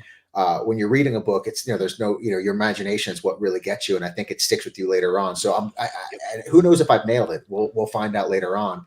But I'm going to try to make stuff just seem off kilter, and have Jewel color it differently, and just really try to get into the darkness, and hope that my written word actually uh, you know explains that, or not explains, but rather shows you the horrific aspect. I think that's a big thing too, is timing and trying to make it look. Because I have some really cool shit that's coming up. That's creepy to me. As a father. Right. There's some creepy stuff in there like that, but I think it's about making stuff look off kilter. Like there's some good, and I can't even remember the name. Spiral, I think it was, like some manga that came out a while ago, where it's just the drawings are I can't remember the artist's name either, which is bad of me, but it's really wacky. Like it's when you look at it, it doesn't look like other drawings. So I think it's about, not as much about being disgusting as much as it is trying to have an uneasy feeling by just doing stuff, maybe with lighting and even facial features, just doing some slightly off kilter stuff that maybe will stick with people, maybe it'll resonate. I hope it does. But if it doesn't, then I'll just have to push harder for further issues. But yeah, I get that aspect of horror being hard to convey with comic stuff. And I think, to that point that I was making earlier, I think people sometimes rely on gore for comics, but that doesn't give the same visceral aspect, I think, that it does when you watch a movie. So I think if you rely on gore for horror comics, not that I'm against it, I mean, it's cool and I enjoy, especially when people can draw cool stuff like that. But I think if you rely too much on the gore and not much on trying to create an atmosphere and a mood within the panel that doesn't rely on just blood, I think hopefully it'll push the horror aspect further with my book. So we'll see. Hopefully I nail that and knock it out of the park. Right. I think the hardest part probably would be tension. Yes. The fundamental necessity in horror is to be able to build tension for the viewer, in this case is a comic. Thank you. That would be a huge hurdle. But as far as the like the gore thing, I think it's because of the putting to use the uncanny valley in the way that it's meant to be. Mm-hmm. Gore, body modification, those where you create things that are not natural, but they look natural enough to be believable. Right. I mean, the thing, there are all sorts of great visual examples of that in old horror, but they did it with movie makeup and extensive prosthetics and things like that. So if you can capture visually in comic book form the uncanny grotesquerie of gore, of transformation, things like that, that's where you'll unnerve people. Right. Totally. Oh, I'm sorry, go on. I was gonna say that goes to the point. I got to find out what artist it is, but it's a book called, I think it's one of his stories. It's called Spiral.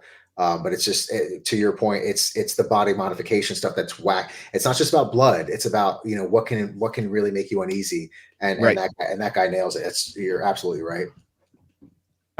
I will say this one thing that's always maybe not, I guess, but freaky kind of fits in, but it's taking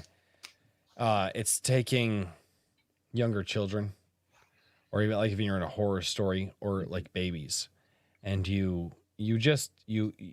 modify them because they're supposed to be innocent. We look at children as Yes. innocent, babies as Yes. innocent, and you just modify the smiles a little bit, the fingers a Mhm. little bit, just those things and things like that. It's like I'm looking at something that should be innocent, and what I'm seeing is not.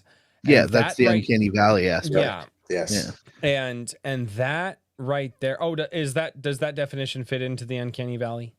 Yeah, Well, well, I guess the it's more of a uncanny broad- valley generally is used for things that look too perfect, but really the whole concept is based around something looking so believable but foreign to the observer's perception. Right. So it's possible, but just wrong enough that your brain goes, that's not right. It shouldn't Exactly. be like that. And Yeah. subtle enough. Yeah, exactly. Yeah. Richard, I think that are we at your time limit yet, good sir? Or Yes, I appreciate you It's pumpkin wow. getting time. me up there. Yeah, I've got to go unwind for a bit so that I can actually, get to sleep and keep doing what I'm doing. It's awesome. Thank you for joining us tonight, man. I Thank really you for enjoyed having me. I talking to you, appreciate it. and I'm looking forward to getting my hands on the first 2 issues. I'm gonna pick them up. I didn't want to do it while we were live because I was trying to get the chat to move things forward. But But- you know, But Well, I if you would have appreciate done it. it while Thank we you. were live, I've been literally refreshing the page to watch the number go up. well, you can watch the number go up here in just a second. Well, So, anyway, unbelievable. well, Thank you, man. Yeah. Well, you've got an awesome project. For everybody listening, I'll be streaming on YouTube on Sunday night, as always.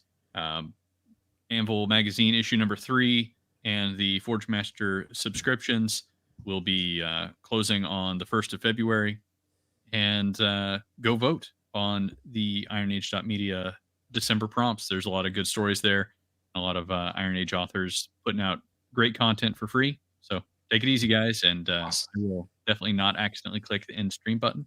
Please don't click that button. Good Yeah. night, Richard. Good night. All Richard. right, good night, guys. man. Thank you. Good night. It's my Oh. turn for questions. Mwahaha. Wait, you're actually going to do questions? Oh god. Yeah, I actually have questions. That's awesome. That's awesome. Yes. That's awesome. I'm not too drunk by the stage, so it's all good. We've talked about the setting, we've talked about the general theme of it all. I'm interested in your cast of characters. I want to know a little bit about who's the main players that I'm going to be reading about when I get my physical copies that I ordered. Awesome, man. Thank you. So there's right now, as it stands right now with issue 1 and 2, we have Maureen Mo McKeown. She's one of the main characters. She is seeing some crazy visions, and those visions have preceded a stranger showing up on her doorstep, and that stranger is named Murphy. He is, it's no secret, he's the werewolf guy. And I hope to find you find out more about his deal, but he's a reluctant werewolf. He's been thrown into this whole thing. With the end of the world coming, he'd rather be at home, playing video games, sitting in his room, not being bothered by anybody. And unfortunately for him, through a sense of duty, he has to do what he's doing by going to warn Mo that things are not going to go the way she's hoped. There's also a character named Sarah, who is Mo's good friend, her childhood friend. Mo is actually, without giving too much away, it happens within the first couple of pages. Mo's back in town due to the loss of her mother. So she's reconnecting with her childhood friend. And during that time, she's seeing stuff that she hadn't seen before. She's had visions as a kid, but they were all sort of nice, pleasant. It's random ladies that she would see that she thought was a disease that she had, which I can't say it right now. I'm gonna mess it up, but it's written down. But it's a disease where you have you see things, but she's seeing things that aren't at all what she's seen before. On top of that, we have Bo. Bo Cobb is one of the main characters in the book as well, and he is a PMC. He's a private military contractor who is now working for the U.S. with a deal that they had. It's a new arm of the Terror Task Force, is what they call it. But it's very RoboCop-ish in this sense that it's a lot of private military stuff that's being hired for defense in the U.S. within U.S. borders. So that's causing quite a stir with people right now as well, where they're using private military contractors to do operations in the U.S. against their own citizens, what they deem as terroristic. So he's a character that's in the book as well. And then there is another character who is named Hellbound. That's all I'll say about his name right now, but he is the sorcerer, like tendril guy that's on the cover. And he, without giving too much away, he is a sorcerer from antediluvian times. So he's been around quite a while. And you start to learn more about him within issue 2 and on. But that's essentially the main cast that I've introduced thus far.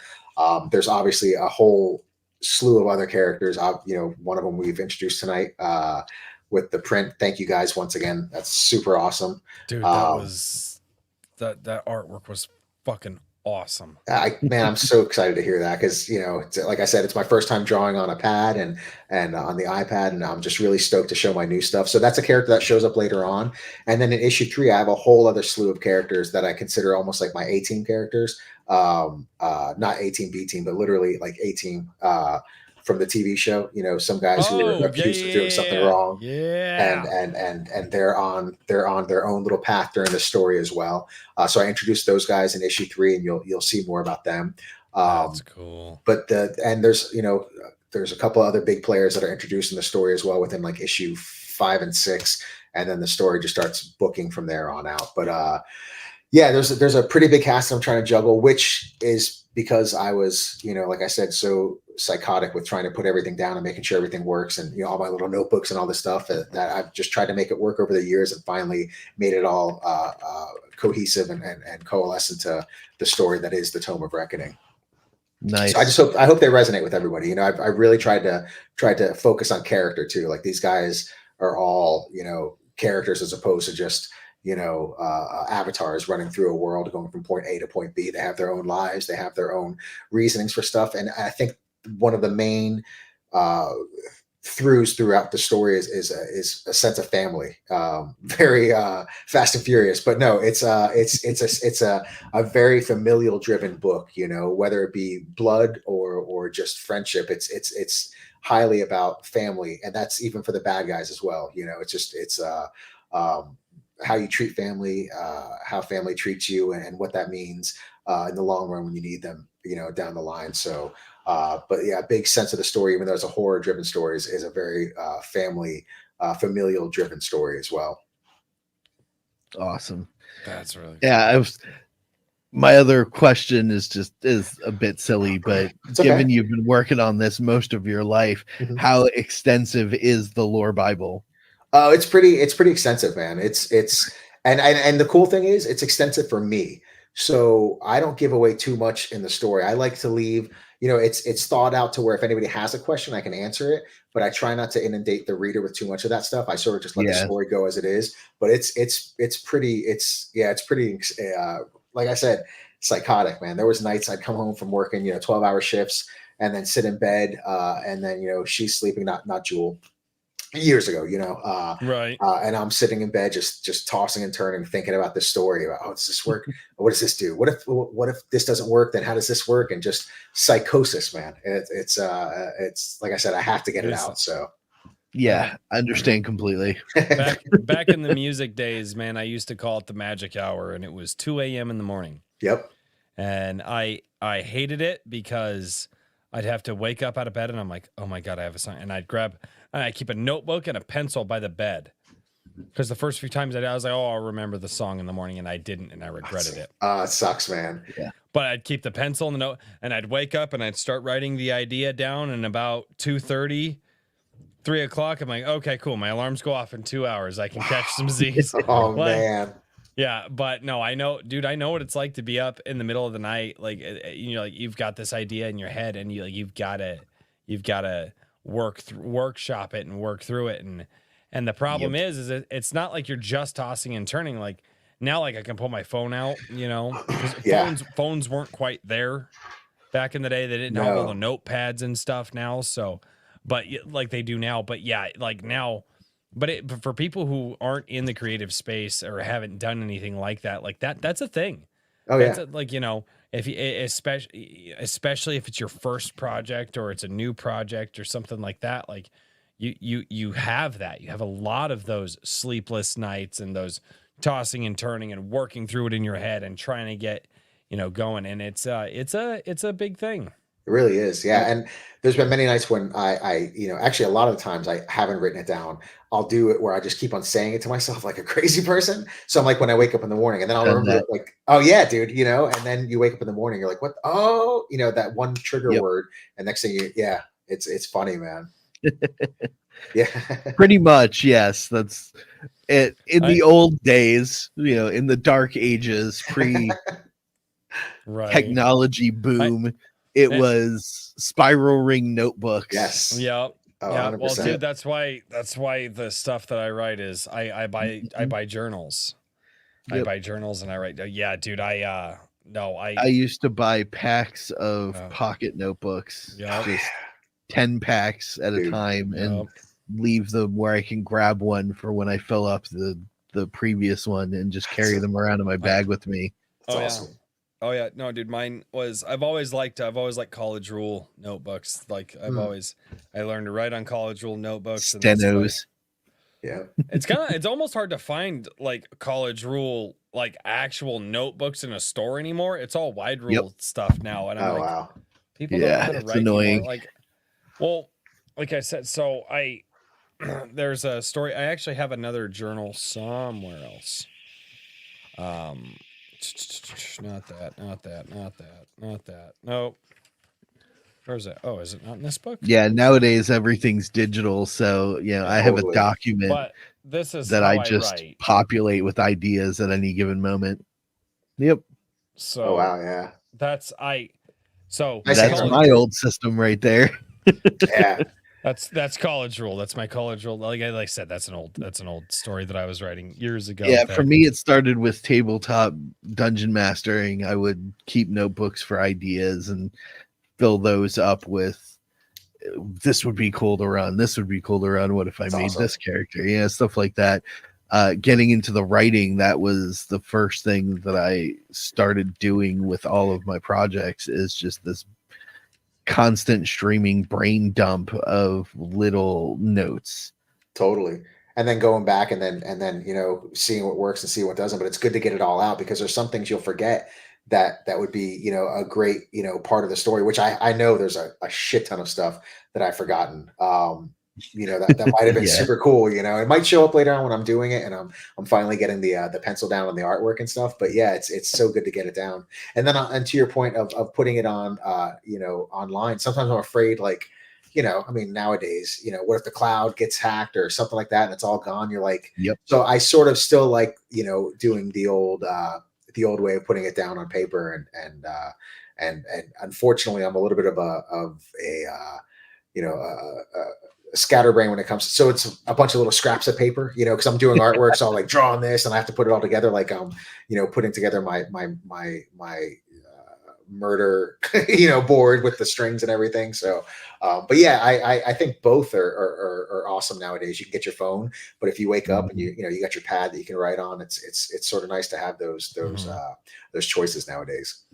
Yeah, No, exactly. It makes it does make it convenient. And that's one of the things that, because like I said, I mean, I like writing, but I'm slower at writing because I write, I don't print. I can't, my brain's not hardwired for printing. Right. It was beaten into me at a young age that you write, you don't print. And so, and which is apparently everybody looks at me like I'm the weird guy now. They're like, yeah, that's weird. I'm like, but because they don't teach cursive anymore. Yeah, it's well, great. They don't, do they? no, That's well, crazy. yeah, my kids are getting into it. I'm actually my oldest is starting to get into it, and she's getting good enough that it's like, all right. Her print is terrible, but she actually started teaching cursive because she's like, well, Dad writes in cursive. I want to learn. I'm like, all right. So my mom's handwriting is immaculate, and my dad's handwriting looks worse than a doctor's, and my handwriting is somewhere in between. Yeah, yours looked pretty good. I mean, I couldn't read what it said, but it looked nice and yeah, I mean, it looked good. Yeah, but Yeah, but they no, were still doing it when I was in school, but my daughter getting into public education for the brief period that she was in it, they weren't doing it It's crazy. any cursive at all. So I bought her a calligraphy set with a beginner system, and when I started homeschooling her, she would practice on that. That's sort of a cool way to make it fun too. And here's the thing. You know what my school did? What's that? The easiest way to do it is there's like once you write in cursive, which was second grade, you don't write any other way. Yeah. You are not allowed. Mm-hmm. You are not allowed to turn in a 500 or 1,000 word essay unless it's in cursive handwriting. Yeah, that was the old way. Right. That was I mean, and it's like, why have we relaxed the standard? Like, why don't we just keep it? We could have just kept that. It wouldn't have been hard. You hit second grade and go, no, you're not allowed to write that way. You have to write this way. That's it. Why? Well, because you have to do it this way. That's it. Yeah, That's it's all it silly is. that they don't, man. I mean, I don't see why they wouldn't. I mean, Hero Darky Because Dark. it's not inclusive to the Hero Darky inept Dark is in the people. chat, so So I'm just going to dumb. remind him. He says, "Don't remind me that cursive exists." I'm reminding you, Hero Darky Dark. yeah, it's silly, man. It's and that actually is in my story as well, where when shit finally hits the fan, there's a group that's like, without giving too much away, buying books and buying all this traditional media, stuff, books on hunting and writing and all this stuff, because if stuff ever does hit the fan, all it takes is an EMP or something, it's all gone, but what isn't gone is the traditional stuff. So that's one of the points in my book as well, is there's somebody, the reason why this government agencies turned on or let loose on this group, this certain group of people, is because they're amassing huge collections of traditional books about baking, hunting, history, all this stuff, and that's not looked upon very well during this time and age in my story. So, but yeah, it's silly, man. We're not so far advanced that we shouldn't be doing this stuff still. Having some traditional teachings that we learned not that long ago. Well, So true. And especially, and people say cursive like it's a 4-letter word, but there are studies coming out now that the younger that a child learns to write, and I call it writing, people call printing writing. It's not. I'm sorry. There's print and then there's writing, and that's how I learned it. People call it cursive, and then they call what they do normally writing. They're actually wrong in the traditional sense, because this is how. But anyway, that goes back to my education. But they're actually seeing studies now that the younger that children learn cursive handwriting or writing versus print, they're seeing lower cases of dyslexia in children who know it. Oh, wow. Because what it does is, because the biggest issue with dyslexia is people see letters on a page and they all start flip-flopping and jumbling together. Whereas the younger you learn cursive handwriting, it teaches you word association instead of letter association. That's fine. It makes sense because it's all connected as to it's one. Okay, guys. A That's word awesome. is connected, and then new word, and then new word, and the words can be different, but they're all connected. Oh, wow. And so there's actually studies coming out now showing that it is actually helping. That actually helped to reduce dyslexia and reading reading learning disabilities in younger children. Wow. And that's and the funny thing is we're running away from it even still. Silly. It doesn't make any sense, man. I mean, that's why I've lost, I have a little one. I have one on the way as well. So my kid's not even in school yet. She's 3, just turned 3. And I have one on the way in March. Mm-hmm. So, that's one of the things that I'm scared of when it comes to school, because it's just everything I'm seeing right now is a horror story, man. Dude, we homeschool 4. Yeah. I mean, that's what we're looking to do. My wife My wife stays Yeah, I at home. homeschooled mine. She has. I Did mean, you? it's not. I'm not saying it's easy. Like there's a lot of stuff and things that we could have had, and a lot of things that we could have differently. I mean, I also made choices when I was younger that really helped us out. But like, dude, I'm telling you, homeschooling for the win, man. Yeah. Raving Dad Gaming says it in the chat. Like, homeschooling for the win. You know, and I just announced the other day on Comic Shop Wednesday. For books that are good for children, and like what I like to call all ages books. I don't just want my kids reading something that's a book just for kids. I want them to read something that I can enjoy as 32 years old, and I can give to them and they can enjoy.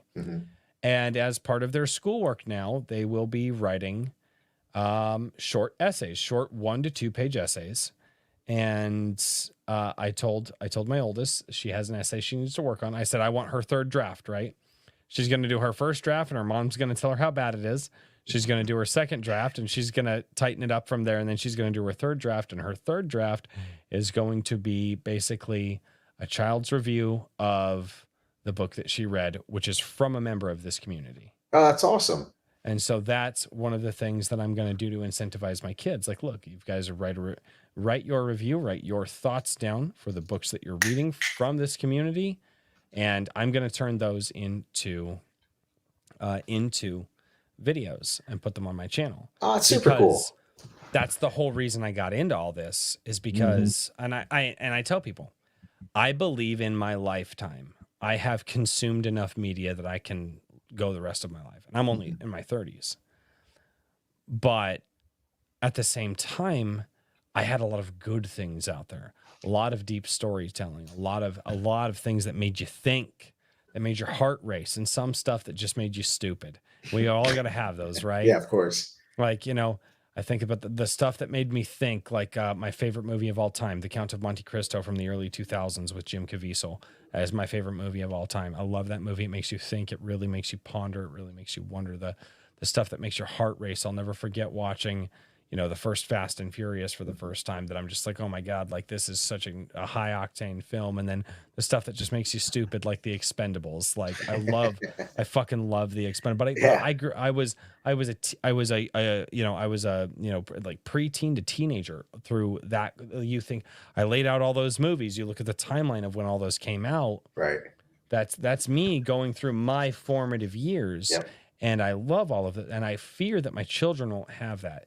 And so, although I feel that I've consumed enough media in my life, I am willing to consume another lifetime's worth of media so I can pass on to them so they can have that. Right. And what worries me too is my oldest is 11.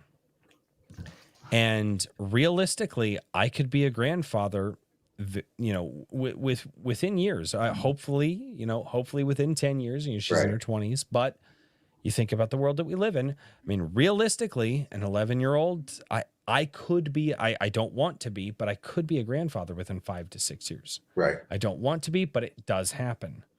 And so I think about that, and I'm already in the mindset of going, okay, what do I want to give to my grandchildren? What stories? Because if I have a grandbaby, I'm buying a recliner again, and then I'm going to have a nap buddy again. I miss my nap buddies, dude. They were like, and I'm going to sit there and I'm going to rock my grandkids back and forth in the chair. And whose story from this community am I going to have in my hands when I'm doing that? Right. That's where my mindset is. And that's why I'm doing what I'm doing here. It's awesome.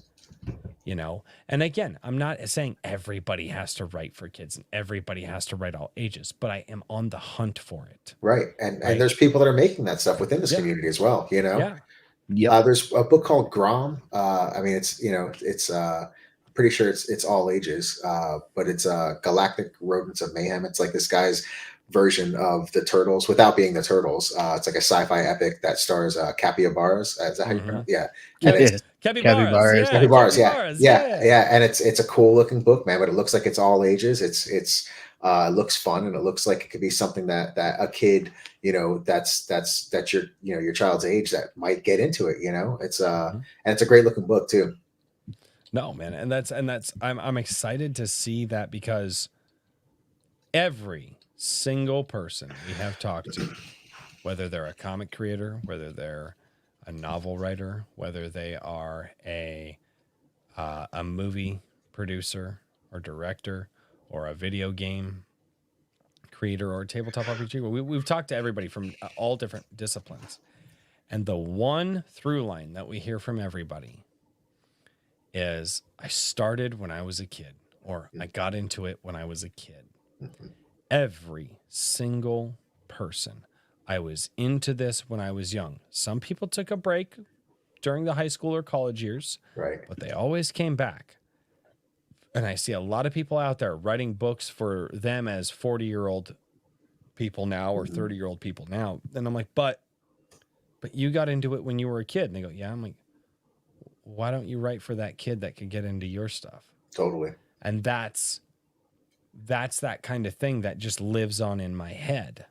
And I think but you know what? I think we're going to be able to accomplish that. I think that we're going to be able to get there. And I think that, and here's the thing. I don't just want the kids' stories out there. I do want the stories that when my kids turn 18 and they're like, Dad, looking for a story, like, what do you have? And I'm like, oh, you got to check this out. And and you're old enough now that like this is dope. You know, like I do want those stories like that. I think you're 100% correct. That's been one of my gripes for years with comic books. You know, they stopped making it for kids, or at least not even stopped making them for kids, but stopped making it as accessible for kids. Mm-hmm. You know, back in the day, you could find it in the grocery store. You know, now you just have Archie, which nothing against Archie. That's cool too. Whatever is a catalyst to get somebody to reading, you know, not even just comics, just reading in general is great for kids. But I think to your point, that's very true. It's just, you know, I would love to do like a story like that later on, but I hope somebody else is doing that stuff because it's hard to find all these books for kids. Like I said, like I just said, you'd go to see the spinner rack at you know, Publix, or it'd be, you know, there'd be comics that were at, you know, whatever grocery store, and you don't see any of that stuff anymore, man. It's a shame. Not even a magazine aisle. Like I remember, like, you know, when I was a kid, there was like a magazine aisle that was in the grocery store, and now I don't see it anywhere, you know, and in those spaces you had books like that for kids. You know, and it's like my wife took all the kids to Walmart a few weeks back, and that's like a big, so the closest Walmart to us is 35 minutes away, right? That's nice. And yeah, meaning that I would love to be out. Dude, I put us in a small town. We're in a good spot, but it's awesome. But she took all the kids to Walmart because it was just one of those days. She was like, all right, you know what? You guys have been really good. And she's like, you know, come with me to the store. Nice. And they were good at the store, and she had the kids pick out everything. And she looks at my son and she's like, hey, what do you want to pick out? And you know what he goes and picks out? What's that? Volume 1 of My Hero Academia. Oh, that's awesome. Yeah. That's really awesome. Yeah, no, I agree. But I also look at that and I'm also in this world. Right. So the second part of my brain kicked in and went, Volume 1 of a non-American superhero IP. Mm-hmm. Yeah. How far the West has fallen. Oh, yeah. Yeah. It's you can't jump into this stuff nowadays. That's my other point was, and thank you for, you can't jump into normal. I mean, it's insane. You know, they had this thing for a while, and this was not that long ago, maybe 15 years ago. It was like I can't remember who the artist was, but this dude was killing it. And it was like it was a version of Spider-Man that they were putting out specifically for kids, where it wasn't no huge backstory dump. It was just, here's a cool adventure with Spider-Man. And it was drawn. It was really good. I got to find out who it was, because I was surprised he wasn't on one of the main books. But to your point, yes, they make it so difficult to actually to get the lore of all this stuff. You know, where, like you're saying, My Hero Academia is here's the starting point. Here's the whole world. Here it is from page 1 to whatever. But you can't get that with American comics right now, man. It's a bummer. Yeah, and it's like, yep, my kids like the American superheroes, you know, Spider-Man and all that. Like, but they want to watch the movies. They don't want to read the comics. You know, they don't. You know, and it's but my son, he's seen My Hero Academia, but he wanted to buy it. You know, and that's a big thing. It's my son, you know, getting action. He gets Legos, or he wants My Hero Academia stuff. Dude, when I was a kid, I was buying Spider-Man 2 action figures from the movie. Oh, yeah. Like, I couldn't get enough of the stuff. Like, I was buying the Fantastic Four, and I understand everybody gives, you know, the Fantastic Four movies back then a lot of crap, but they were fun. They were fun. They were popcorn movie fun. Yeah. Yep. You know, and That's what it's I supposed to will say be. this: Yeah. I think a lot of comic book purists have absolutely eviscerated comic book movies Right. to be like, this isn't comic book accurate. And it's like, dude, go fuck yourself. It's Yeah. a fun movie. It was. Like, I still like those two. Tim Story directed them. I think it might have killed his career after that. I don't Yeah. see why. They were fun. You know, I mean, they were fun movies. You know, They were- it's not exactly like the comic. Who cares? Like you said, you're not even the Marvel movies that have come out that have been great Mhm. weren't exactly like the comics. You know, as long as you get the character and it can be on a fun ride. I don't need it to be a 2.5 hour flick either all the time. That Oh, stuff's God. draining. I'm Like getting tired of that. Can we get back to Yeah. 90-minute flicks, please? 100%, dude. Yeah, people Dude, got stuff to 90 do. minutes in That'd and be out. nice. Get on with the rest of my. Oh my God. And it's like Daniel said, make it fun. You know, that's like those Yeah. movies were fun. Yeah, you know, it's meant to be a popcorn flick. You know, I want to have a blast when I go in, and I also want it to be where I'm like your son with My Hero Academia. I want to be like, okay, it made me interested to maybe see what's going on more in the stories and have some synergy where you know there's not like I was saying a huge backlog to get caught up in. Just get me in, get me out sometimes. You know. Yep. It's a fundamental issue of entertainment in general is overcomplicating. And people mistake things being complicated for being insightful or wise when it's just complicated unnecessarily. Yes. Yeah. A lot of people think that they're saying something wise when, well, no, you're saying something that 1,000 people or 1,000,000 people have said before you. You're just saying it in a very cockamamie way. Yeah. Yeah. That's what somebody said it better. Yeah, exactly. That news thing about the banana taped to the wall in the art exhibit. Oh yeah. I think that was like last year.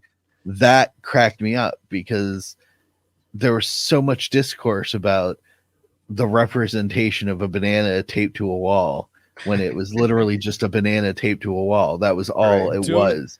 Right. Meme lords have figured out how to hack art. Yep. Yeah, essentially. Yeah. I want to throw that out there. Yeah.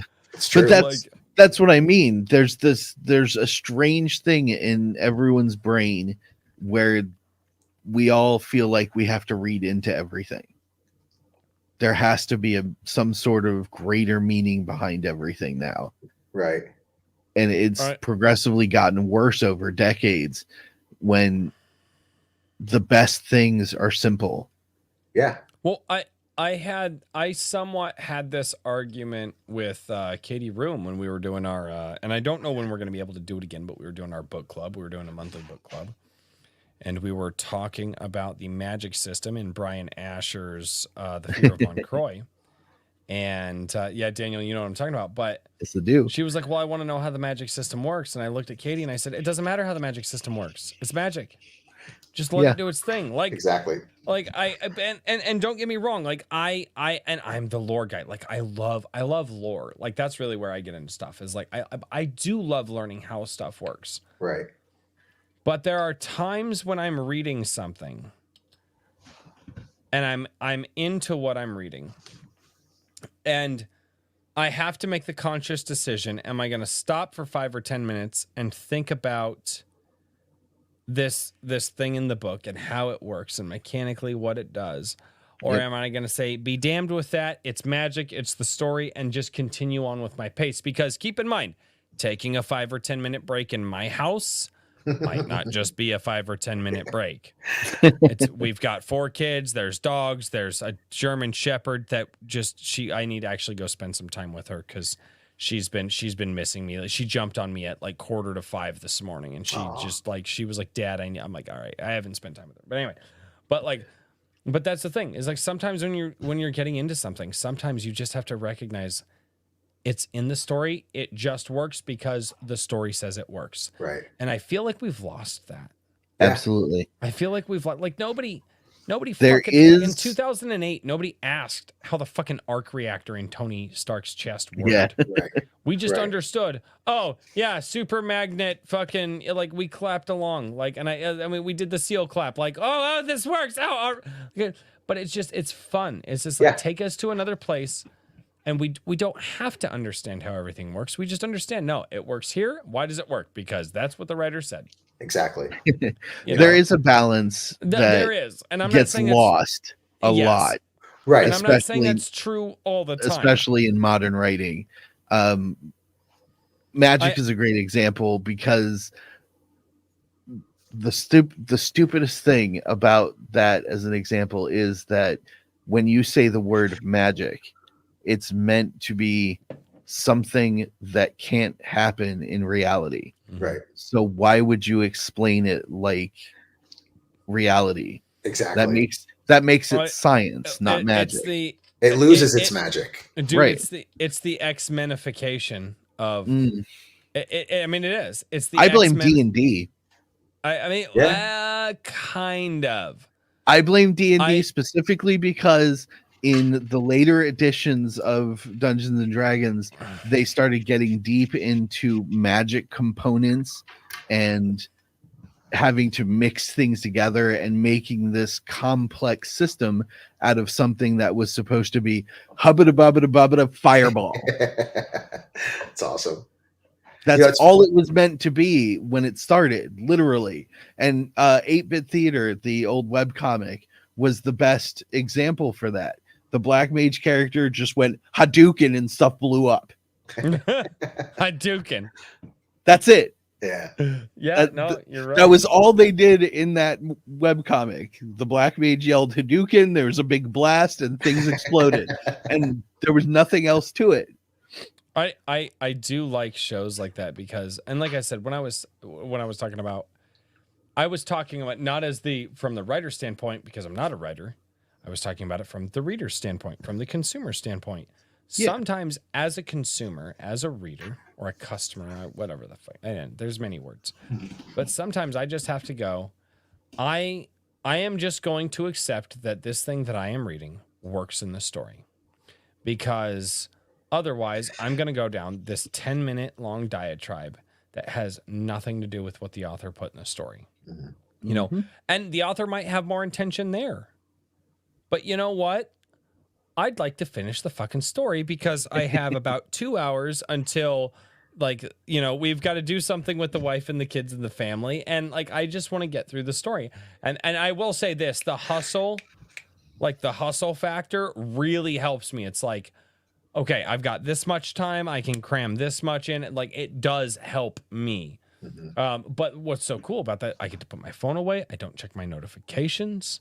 I even turned the vibrate factor off because my Gilded won't shut the fuck up. I see you, Gilded. I see you. I know you're all there. But anyway. But well, you know, it's like Star Wars, the first three. They didn't lore dump. You found all that stuff through supplementals later on, which is actually sort of fun because you're doing it on your own time. You know what I mean? So you can find out what this was and what that was. But when you watch the movie, they didn't really. Oh yeah, and that's it. I think it's a cool balance because then you have supplementals that you can actually get into later on your own time if you choose to, and if not, your story still stands as it does on its own. I will say this though. In the first Star Wars. You know, Obi-Wan explained that the Force was the energy that binds the universe together. It flows through us, and it can guide us, but it's the Force that binds the universe together. And although a little abstract, that makes sense when a person can stick their hand out and another object can come to it, because we were told there is an energy that connects all things. And that energy allowing us to connect all things. And sometimes you can manipulate that energy because it's there already and it connects everything. And you're just strengthening your connection from one thing to another. And I mean, it really was simply perfect. Yep, it's 100%. It didn't need the gobbledygook. It didn't need the balance, the deep form. It was, this thing is here, it exists, and because it exists, we can do the things that we can do. Done. 100%. Yeah, and it beautiful in its simplicity, and it's as it went on, like you said, you know, it's just got to too more and more convoluted. complicated. Yeah, for no reason. Yeah, and I think that's beautiful. Like, that really is just the sense of that it's there. It's not because of all this other, extra stuff that doesn't make any sense and doesn't really add to the story, at all. I think it complicates it, Yeah. But yeah, that's funny. James, That's true. James, you are 100% wrong. I have seen people accept absolutely retarded stuff in television shows and reading. You're 100% Oh, yeah. wrong. People do absolutely accept that. Absolutely. Oh yeah. All of my betas complained because it's magic. Well, it's magic. Guess what? Mystery, mystique. Yep. They're like, how can we? My response to that can is we that get your back to a betas level of are lore storytelling nerds. like this again? Can we? Do I need to pull the book out? I try not to pull it out. I actually should probably pull it out to see how the oxidizers are doing in there and if I need to replace them. So, hey Dennis, Yes. you have not been here for It's this yet. time. I have It's not. time. Let's I see don't, it. Yeah. and I don't do this very Every often. IAK now, this is getting referenced. I don't Yeah. pull it out that often. It is Yeah. not- when was the last time I pulled this out? Guys, go check out ADWC replays. Go look at the old episodes, and you'll see the pattern. There's always at least one reference every show to the Oh, greatest book ever created. That's awesome. Yeah. This is That's from beautiful. This is 144 years old. Dude, that's awesome. This is from 1880. My wife bought it for me. This is Dante's Inferno. I've only ever opened it a few times. And that's But why this it's in the has- glass case. Oh, wow. And that's why it's in the glass case. But this here, in my personal opinion, Dante's Inferno is the single greatest book that I have ever read. That's awesome. And I have not read anything close to it in my life. And that includes the Bible. That's awesome. And I know there's a lot of Christians out there that will fight me on that. But I actually spoke with a priest on this. And I said, look, I read the Bible and I said, I don't get anything out of it. I just don't. I've tried. I know everybody's, oh, you just open it up one day and there's just the perfect page. I've never had that. I've never had it. But when I opened this book up, this was one of the books that I was like, okay, God is speaking to me through this. That's awesome. And the priest looked at me and he said, then don't read the Bible. If God doesn't speak to you through the Bible, then he's speaking to you through something else, right? That's awesome. And so Yep. this here, the reason I pull that out is because this is Dante. This is a level of writing and thoughtfulness that people were once expected to have, right? Right. As readers. And like James says, he goes, most readers don't accept this stuff now. You have to, and I would say this, I would say this, we do no service to ourselves. We do no service to ourselves nor other people if we simply walk them across the playground like they're in kindergarten. We just don't. And I think that we're not going to turn the ship around in society. Most of us are here on this channel tonight because we believe there is something, one, wrong with our entertainment, and two, probably even more wrong with our society. And True. sitting there caving to the society, not asking more from it, is probably a bad thing. And I'm not saying that we do that in every aspect that we do. We do that. We do that in the certain aspects that we know that we're good at, right? And I don't like the idea, like James said, because, well, my beta readers, well, it's just magic. Magic works this way. I said, well, why? Well, because it's magic and it works that way. And they go, well, they don't like that. Magic. And it's like, well, why not? Why not? Are you afraid of things that you don't know? Right. Or are you afraid Yes. to accept the Oh. wonder? Remember when you were kids, we used to wonder about stuff? Oh yeah. Mhm. And you found out about it and you're like, wow, that's hot garbage. Mm-hmm. You- Yeah. But again, I'm on the hunt to find things for my kids. So I'm very much putting myself in that mindset. It's awesome. There are things that I can breeze over. But again, there's a lot that we're not asking of society, and there's a lot that we're not, and I even do that on my own YouTube channel. And I wouldn't ask anybody to do something that I wouldn't do. But I think about it, and it's like, everybody says, I've got this story in my head. I'm going to put this out there. I'm going to have people read it. What are you asking from those people? Are you asking them? Because whenever I put out a video, the biggest thing that I put out there, when I don't hope that people like it and it blows up and it's massive. I say, I'm asking people to respond, right? I just want people to think about what I'm saying, discuss it with me. I'll read your fucking comments in a live stream, right? And these are the thoughts that go through my head, and these are the things that I wonder if modern day authors, songwriters, comic creators think about. And I don't know. And I guess that's just kind of a long way to go around a question. I mean, I kind of put a lot in there and I didn't mean to, and I didn't kind of realize what I was doing there for a second, but what do you two think about it? Dennis, I'll give you the floor first. And I mean, when it comes to wonderment, you mean from well, I guess more to the point, what are you asking from your readers? What are you asking of the people who are engaging with you outside of just buying the stuff and enjoying it? Is there something more that you're asking from people? Because yes, I would like everybody to enjoy my videos, but more so I'm asking them to share their thoughts on the idea. I'm asking them to contribute and think about things in a deeper way. It's part of the reason I get so hot-headed on my YouTube channel on Sundays, is because people say things and I'm like, yes, I thought about that already.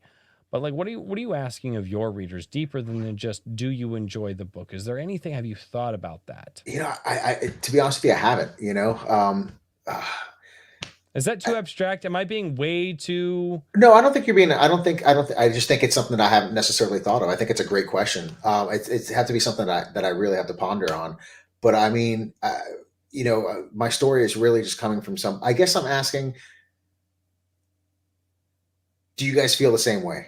Do you know what I mean? Like, I mean, for me, maybe it's something that I'm soul searching for myself. Like, is this something that is does this resonate with you? And not in a sense of just, buy my book. I mean, just, is this going to give you the same wonderment that I had as a kid with certain stories? Is it going to make you, because I do, ask some questions in there, and I'm not, banging anybody over the head. I'm not an activist writer. I'm somebody who's, and from different perspectives as well, but I think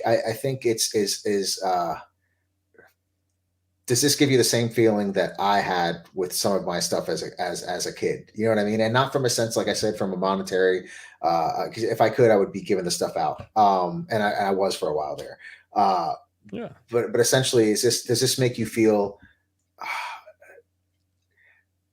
does this make you feel any joy? I mean, I know that's not really the questions that we're looking to ask for. I mean, like I said, I'm really got to think about that. That's fair. That's the fair. best Joy answer. is a quantifiable thing. Right. Mhm. That's a good question to ask.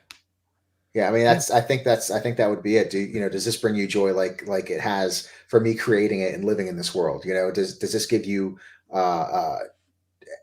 any reprieve in your day from whatever BS you're dealing with? And I think that's what it's done for me through the years, since I had a full head of hair to now, and hopefully that's what I hope it does to somebody that reads my book. I really hope it just gives them some time to back out of the real world and come along for the ride and really resonate with them in a sense of just having fun, having fun again with media. Because there's still great stuff that's being produced out there. I know it's all just, fantasy and fun and this and that, but that's what we get to get us. This is our bread and circus. Mm-hmm. And I think it's a lot different than it was from when I was a kid. And it's not with rose colored glasses. I mean, it really is. I mean, you can see why a lot of younger people actually resonate with some of the stuff that we grew up with, more so than what's going on right now. So I hope that my question is, did it bring you joy? And I hope it does, Oh, No, good. no, that's a great answer. Daniel, was I coherent to you? Do you? I knew what you were getting to long before you finished talking, but Oh, okay. I'm so- unoriginal. Thanks, Dick. no, I just figured out where you were going. You guys were in tune. Before Well- you figured it out yourself. We've been working together almost a year and a half at this Yeah. point. So, Yep, I'm pretty fluent in Royce. That's awesome. So there's two things that I actually want to say about it. One is to answer the question. The other is kind of to provide another way of saying what you were trying to say. so what? I wasn't good enough. Well, it was a little rambly, but we know that about you. I honestly didn't know that I was going to get there, which is why it was. I just was kind of speaking from the heart, and then all of a sudden I kind of worked myself into that place, and I was like, Well, you had me along for the ride, so I enjoyed where it was going, and I haven't been on here before and haven't had a year, so I was enthralled. So I'd say good job, man. I Yep. appreciate it, man. Yeah, no, For sure. I had no idea what was going. Yeah, welcome to a Oh, Royce rant. It's Yeah, It we was like coherent. those. Yeah. So essentially what it is the birthday cake. To a child, the birthday cake is a magical thing. It's colorful. You can just tell that it's going to be delicious, and you only get it on your birthday. So it happens once in a while. right. And there's wonder in that. To an adult, a birthday cake is eggs, flour, icing, milk, It's funny, man. butter. It's the difference is logic versus Yep. mystery. And that's where I was going with that. Why do we want to go places we've never been before? Because we don't know what's over there. It's infinite possibility. It could be anything until it's proved to be something. Right. That's the essence of fiction. Every book that you open can be anything. Anything can happen. And then you read it and it becomes a solid thing. But until then, it's an unknown mystery. And that's why I tend to say whenever anybody asks, a little bit of mystery goes a long way. Right. Because that's what gets people interested. You want to know. And if you don't answer the question quickly, yeah, it annoys people, but it annoys people because they want to know. Right. They're engaged. Well, then, Modern writers, particularly, I'll preface it with particularly those who want to sell, I've found. They try to do everything for everyone. So they explain everything while also making cool stuff. And what you really want to do is create the cool thing that brings someone joy and give just enough detail that they still have questions. Mhm. and I will say this: the over explanation in modern media. I don't think I've run into any over explanation in any of the indie titles that I've read. Not heavy over explanation. Some, I guess I've read some, so it wouldn't be fair to say that I haven't read any. But I don't know, man. I kind of miss the idea of the MacGuffin being the fucking MacGuffin, and we just didn't know how it worked. It was just the MacGuffin. Yeah, the It birthday was cake. just, yeah, it was the birthday Yeah, cake. It just that's funny, man. like, can storytelling get back to having MacGuffins in it? Like, how does the MacGuffin work? I don't fucking know. It's a MacGuffin. Always Exactly. a It's in MacGuffin the in name. my stuff. It's awesome. Like, I should just write a fucking story, and it's been done before, and just call it the MacGuffin. I'm like, well, how does the MacGuffin work? I'm like, I don't know. It's a fucking MacGuffin. Right. It just does. And I think that there is a lack of mental security in the modern day between readers and writers of understanding that sometimes things in a story just do. Well, but wait, why does it? Because it just does. That's its nature. That's why nobody ever figured out who the fuck Tom Bombadil was in Tolkien, right? In the Lord of the Rings. Nobody still to this day. And here's the thing: Tolkien's The answer merry was man, that Tom Bombadil. he's an enigma. I personally believe everybody's And like, he loves he's his wife. Iluvatar. No, he's not. Me personally, you know what I believe Tom Bombadil was, based off of the description in the book. I believe Tom Bombadil was the force of nature himself. And as the forest was eroded away and it was chopped away and reduced, his power reduced as well. Now, that will never be confirmed because the confirmation from J.R.R. Tolkien himself was he was an enigma. He doesn't need to be explained. Right. Why? Some things shouldn't be explained. That was the point he was making. Explained, yes. And for the love of God, can we get back to that? Because we're losing. Imagine, if you will, like the modern day cell phone. Why do we have modern day cell phones? Why do we have robots that talk to us in our rooms now? the fuck they do. I don't Not have the- Well, maybe not in your house, but in totally. most houses. People do. Why way do those too things the fuck exist? paranoid to be getting a smart toaster, motherfucker. Yeah. Why My do those toaster things starts exist, speaking though? to me. I'm shooting at some bitch. But why do those things exist now for us? Because everybody wants an answer. Because someone dreamed the idea up, and everyone else went, I wonder how that works. Right. And then they figured it out. The innovation came from imagination. It's true. Star Trek, Mm-hmm. most common example. The whole ship had a system that listened and answered your questions. And now we have systems that listen and answer your questions. Right. All because a bunch of people who grew up on these things went, that's really cool. I wish I had that in my house. How do I make that happen? I would not do well in Star Trek. That's awesome. But imagine if Roddenberry had spent all of his time in the show explaining how the ship's computer worked. Yeah. Totally. What they did instead was peppered in little nonsensical details that didn't actually function as far as science was concerned, but made it plausible. Right.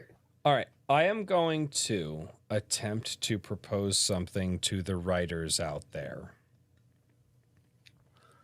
because I think it's fun. Fire at will. All right. Fire at will. Well, and I will blame AC Pritchard Sorry, Will. because AC Pritchard mentioned quantum entanglement, and this does have to do with the idea of quantum, also known as, some of us may also know this idea as the idea of Schrodinger's cat. Okay. Where all possibilities exist until it is confirmed that that one possibility is actually in existence, right? Correct. So, now when this comes to conscious thought, okay, the idea is the absolute microsecond, and by absolute, I mean absolute, okay? The very moment before the idea can even be thought of in the mind and then processed through the mind, and then the words are then formulated, and then all the nerve endings happen, and then it translates to the mouth. The absolute moment before that thing is even thought of, every possibility exists that person could say simultaneously at once, and that is the idea of quantum. Now, to the writers out there, I want you to think about this. Develop your magic system on that. And how do characters use that? Because it is an idea that you don't even know all of those possibilities existed inside of your mind simultaneously. You don't even perceive them. So now how do you quantify a magic system around that? And how would people control it? And how would people use it? All of those possibilities are there. But you don't even realize that they are there. Because again, they exist, and that's the idea of quantum, though. It exists, and then in an instant, it's gone. So the magic system would be tapping into that instant moment, that very, very instance where everything exists. Right? I have an example of it. There could be a lot of fuck ups. Go for it. Well, it has been done a couple of times. The most common for me, because I'm a tabletop role-playing idiot, is in a game called Mage the Ascension, there was the concept of the Wish Kid, and that was raw magical potential. What they thought came into being, just poof. And but this is pre-thought. Yes. Okay. The concept behind it was, in the standard system, magic is a form of reality manipulating science. You had to go through a certain sequence of algorithm to make something exist using your understanding of energy. The Wish Kid, on the other hand, is that pre-thought. They don't think about how it works. It's just, I want a thing. And in that moment of I want is where the magic kicks off. It was raw, untapped energy coalescing through a person's mind, as opposed to an algorithmic spell casting component oriented system. Did they change? That's awesome. Did they change the World of Darkness? I haven't seen it since I was a kid, but I heard that they revamped everything. So Twice. Werewolf's not the same anymore, like the Wyrm. Yeah. And okay, they have. Okay, is it better? Yeah, or they did. Well, it depends on what you like. I won't spend too much time on it because that's not what the show's about. But no. Sorry, we're drawing up the super chat time here. Yeah, the super chats here. They did a 2.0 version where they sort of expanded on the old stuff that we all grew up with. Okay, that was really good. Right, and it streamlined a lot of things that were overcomplicated in the first version of it. And then they went, we're going to try and reboot the whole IP and created New World of Darkness, where they changed the changed mages from component stuff to a more poofy magic system as a baseline. They changed changelings from humans that shared the soul of a fairy to people who were essentially taken by actual fairies into another dimension, and that dimension fundamentally changed them into something else. They did all sorts of retooling, and it made it more interesting from a horror level. But it took away some of the open world that the original version had created that made it so much fun. Yeah, because I haven't seen those things. I used to love. I mean, I bought like the first edition of Masquerade and all that stuff back in the day. So we had a blast doing crazy stuff with that system, and that's awesome. New World streamlined everything down to one core approach, but it took away a lot of that open-ended fun. Oh, that's a bummer. Yeah. Well, gentlemen, say we go to the questions of the chat super chat time. Evening, nice, and then we can wrap it up. Daniel's still upright in his chair, and it kind of pisses me out. That tells me he's really tired. Because I am extremely tired, but I'm also getting fuzzy. So, oh god, all right. So over here, Ray Haylock, Tug's web guy. Nice. I love that he comes over here for $8. Australian. I believe that's Australian. Maybe. There's an A in front of the dollar sign. I'm assuming it's Australian. If it's not Australian, we'll go with something else. He says, just wanted to swing by the show. Just wanted to swing by to show support for you guys. Underestimated the amount of clothes we needed for the newborns, so I'm back at home doing washing. Yeah, newborns. Congratulations. Yes, that's a thing. Happy, dude. That's awesome. Enjoy the peanut time. It goes by so Oh, fast. You just heard me, man. I miss them when they were this big, dude. My wife has a ton of pictures. Me passed out on the couch on the chair with my kids. That's awesome, man. Dude, God, dude. Yeah, I'm about to mine's be in that 21, and I still look at her and think, shrink, go back. Man, you guys started young, dude. I'm an oldie, and I got another one on the way in March. So Awesome. yeah, man, I'm stoked. I'm stoked, man. Dude, Yeah. that's awesome. 2 girls in the house. Well, 3 girls, including the wifey. So yeah, I'm excited, man. Yeah, it's awesome. Yeah, we've got 3 girls and 1 boy. So Oh, that's cool. yeah, my boy was our second, so it's a girl, boy, girl in our house, and Oh, so yeah, that's awesome. Great. John Bernook, this was not a super chat, just an interesting chat that I saw. It says, in comics history, the comics code banned horror with other stuff. Do you think perhaps the reason that horror and comics don't mesh together is an inexperience with the medium and genre blending? Yes, I think that does contribute. Yeah, More time with anything equals better thing. exactly. And when the comics code said nope, I mean, Yeah, you robbed a bunch of That's people. because who the were coming comics code originally was centered around children. Yeah, yes. It was the idea was to appeal to a younger audience, and at the time, scary stuff wasn't meant for little kids. Thank God they didn't come up with a video game code. Yeah. I mean, they tried. What was that guy? They tried. Oh God, yeah, they tried. For sure. Yeah, it's insane, man. It's Like, crazy. dude, That was one of those rare, and it was beautiful what was moments it? where It the was, whole Mortal genre Kombat. went, the venue went, no. Exactly. In Yeah. unison. Yeah, totally. Yeah. They started that shit with Mortal Kombat, and they were like, "You have to save the children," and Yeah. and then it got to Grand Theft Auto, and then a lot of parents were like, eh. That's so funny. But yeah, they've tried it a lot. They always use children as an excuse, and then look what they teach our kids in schools. Anyway, Crazy. yeah. The ultimate kahuna for $2. Yo, a Greek throwback and a new comic to read. Nice. Yes. Yeah. And by the way, I have not posted that down in the chat in a while. Go check out the Indiegogo link, guys. If you haven't seen the artwork, you've got to check this out. Awesome. It's gonna be awesome. The ultimate kahuna for $2 says, "I won't do it. Let the cursive throw flew you." Yeah, yes, let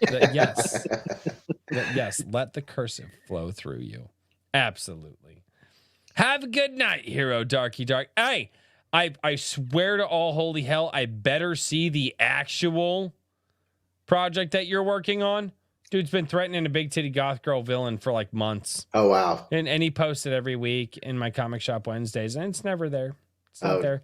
It better be there this week, Hero Darky Dark. And especially since you have a great censor bar for it now too, so there's no excuse to post it. So well, I don't think that it needs to be that censored. No. But, oh God. Mario Trujillo for $10 says, for most writers, they are writing for themselves first and foremost. Writing for kids is primarily writing for someone else. I 100% disagree. Yeah, because I think you still have the kid inside yourself that you can write for, right? I agree. I agree that there is that person inside of yourself. If you can't, if you think writing for a broad audience is writing for someone else, I don't think you've done enough self-reflection in your life. That gets into a whole other thing. And then people get pissed at me when I say that, but I writing for a general audience also tends to sell less than a niche. No. True. General, Yes. no. Writing, I mean, if the writing isn't peak, and like, what do we mean by a general audience here? Again, what's the level of writing at? What are we talking about? Well, general audience is general audience. That's as many people as you possibly can, not a direct marketed approach, and that's always wrong. You don't write for general audience. You write. No, I don't think anybody has ever written for a general audience. Usually, there are people who have tried. No, because the idea of genre is like the fact that you write a fucking genre. You write inside of a genre, which means you have a core audience group. Like, nothing is for the general audience. I'm sorry. I've never seen a writer like... You're right, but there are people who have tried. Well, they're retarded. Yes. Like, I'm sorry. Like, no, I mean, there's probably movies that we can think of that maybe were written for a general audience that failed that we don't remember. You know what I mean? I'm sure there's people that try to reach that. But to your point, I get what you're saying. There's always a niche. You're always trying to go after. But and here's where it fails: is people go, I have this idea, and they're immediately thinking of pick a genre fucking thing. And I want this appeal to everybody. Okay, you've already broken the genre. You suck at writing in that genre. Why? Because write for that genre. Like, also tends to lead to less sales than a niche. Like, I never said to write to a general audience, but children. Okay, let me put it to you this way, writers. I actually this is a video that I saw from Matt Pat a little while back, from the Game Theorist. Right, announced his retirement and all that shit. Okay, children of the ages from 14 to 18 are much more impressionable. Okay, and in those age ranges, somebody who becomes a fan of something will, on average, become a fan of that thing for 9 years. Okay, so you, as an author or a writer, okay, who want people to come back and be return customers, okay, of that product that you are doing, why would you not target the 13 to 18-year-old demographic who is more impressionable and more likely to become a fan of your product for almost a decade? Because you're stupid. Why would you not target the audience that is most impressionable and statistically more likely to buy your shit for a decade? See previous message. See J.K. Rowling. Yeah. See, I mean, there's a bunch of authors who have done it. Like, and everybody, and they say, like, I view a lot of writers who say that they can't write something for a younger audience as a bunch of 30 or 40-year-old dudes who forgot how the fuck they got to be 30 or 40 years old. Do you remember what it was like to be young?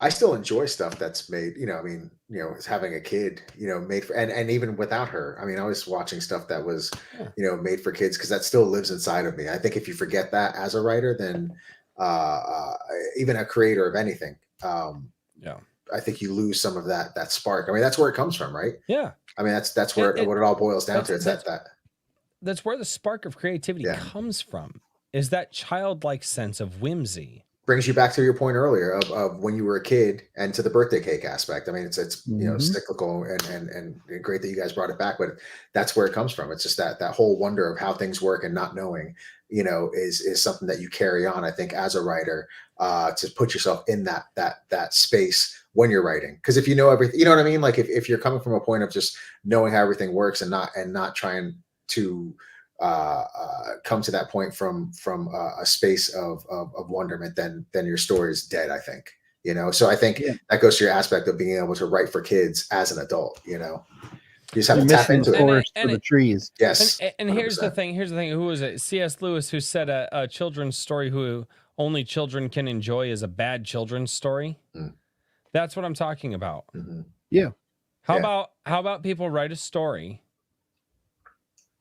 that people can enjoy? It's genre specific, but that's for a general audience. No, you just don't command the English language to the level that it used to be commanded. I'm sorry.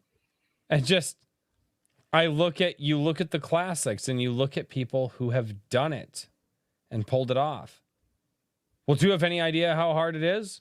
Yeah, I tried being a rock star at one point in time in my life.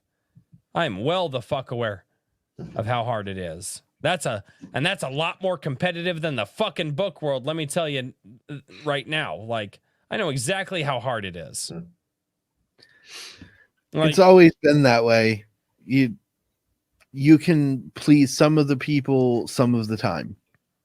You can never please all of the people all of the time. You can please none of the people none of the time. Yeah. And I'm not asking people to please everyone. No. What I'm asking people is. But that was more to the beta reader comment, yeah. because that's the thing. When you're dictated by what other people want, you're not conveying the story that you want to tell. Write a story. Write your story, the biggest story that you can, the most grand epic tale, whatever it is. Okay. And if you can't put it in the hands of of as many people as possible, a dad, a mom, their son, you got to ask why. Why can't I put it in the hands of certain people? Right? And again, you might be shooting for a certain storyline here. And that's fine. You might be shooting for a certain age demographic here. That's fine. But with that mindset, I question whether or not something like this is ever going to come out again. Yes. I question whether or not the next Lord of the Rings is going to come out again. I've always said this show right here, Iron Age Knights, I will interview the next Tolkien. I will. I don't know who it's going to be. I don't know if I already have. But I will interview that person as an indie author. I will interview that person. I don't know why I have that feeling. Maybe, I don't know. Maybe I'm wrong. But I will interview that person that writes that story. That is the story of the century. That is the number one book of this century. I think that speaks to your character as well, though, that you have such faith that it's gonna, that you have such faith in the stuff that's not coming up through the mainstream that it could possibly happen. And it goes to show that there's people out there putting their hearts into everything, which is what we are saying that we're not seeing from the mainstream. A lot of the mainstream, not everything, obviously. I mean, but I think that goes to your point of the care that people are putting into their stories and whatnot. So I'm down to see it happen, man. No, absolutely. Sorry. I should not have looked at the chat. You should have probably. It's funny stuff. Dude, you've already interviewed. That's awesome. Hedge R.R. Tolkien. We call him Herman P. Hunch of the Lore Forge. We call him the Hedge. That's long running lore on the channel. That's but awesome. Gentlemen, what do you say we do the final sign-offs for this evening? And we'll have a little bit of a chat in the background. I don't want to hang out too long. I want to go hang out with the wife. But what do you say we do the final sign-offs for this evening? Dennis, tell us what you do, where we can find you, and what we're going to see from you in the future. I am Dennis. I am working on the Tome of Reckoning. Dionysios is my stage name. It's my birth name. But I am putting out issue 2. Issue 3 should be coming out the next couple of months. Just putting out my horror book and some other stuff down the line. But I just really want to say thank you for giving me your time tonight, guys. I had a blast being on here. Thank you for everybody that pledged tonight. I never expect anything. So when things happen, man, I can't tell you how excited and how stoked I am, man. It really, honestly, warms the hell out of my heart, man. So I just want to say thank you guys for taking your time. It's really nice to formally meet you guys as well. And for taking your time, and time is precious. So for you guys to even sit here and talk to my big bald headed dumbass for any amount of time is appreciated, gentlemen. And I had a blast. You guys were awesome, dude. Seriously awesome and insightful, fun, well-spoken, great banter with you guys, man. So, and the chat's been awesome. I just want to say thank you for making Friday night really fun for me, man. Thank you, dude. Of course, man. 11:25 by That's the way. awesome. Insane. Fantastic. That's so freaking seriously. great. Thank you. All right, Mr. Daniel P. Riley. What do you do? How do you do? Where do you go? How will we know you go there? Yeah, I'm told I'm not supposed to just say I'm me. So I am Daniel P. Riley, owner and operator of whimsyland.org, literary coaching and services. I edit books. I teach people how to write consistently and effectively. And I write my own novels. You can find them on Amazon and in many bookstores. as I said, G Sedai's comic issue #1 campaign has closed, but the standard edition will be out in storefront by Monday, God willing. And Right. you can find me on the Twix at Mr. DP Riley or my YouTube channel, small as it is, Whimsyland. Sunday afternoon, in between Royce's Sunday Coffee and Richard's Chill Stream. That I set it up on purpose. We've got the trifecta on Sunday now. Yeah, Yes. I set it up on purpose. Dude, yeah. do you have any idea how good that is? Like, we could promote that. Mm-hmm. That's why I did it. Awesome. Sunday at 3 p.m. Eastern, I have my 1-hour writing stream called The Freelancer, Nice. where I will hopefully inspire those who come on to watch to get some work done on their projects with me. Nice. Sweet. It's awesome.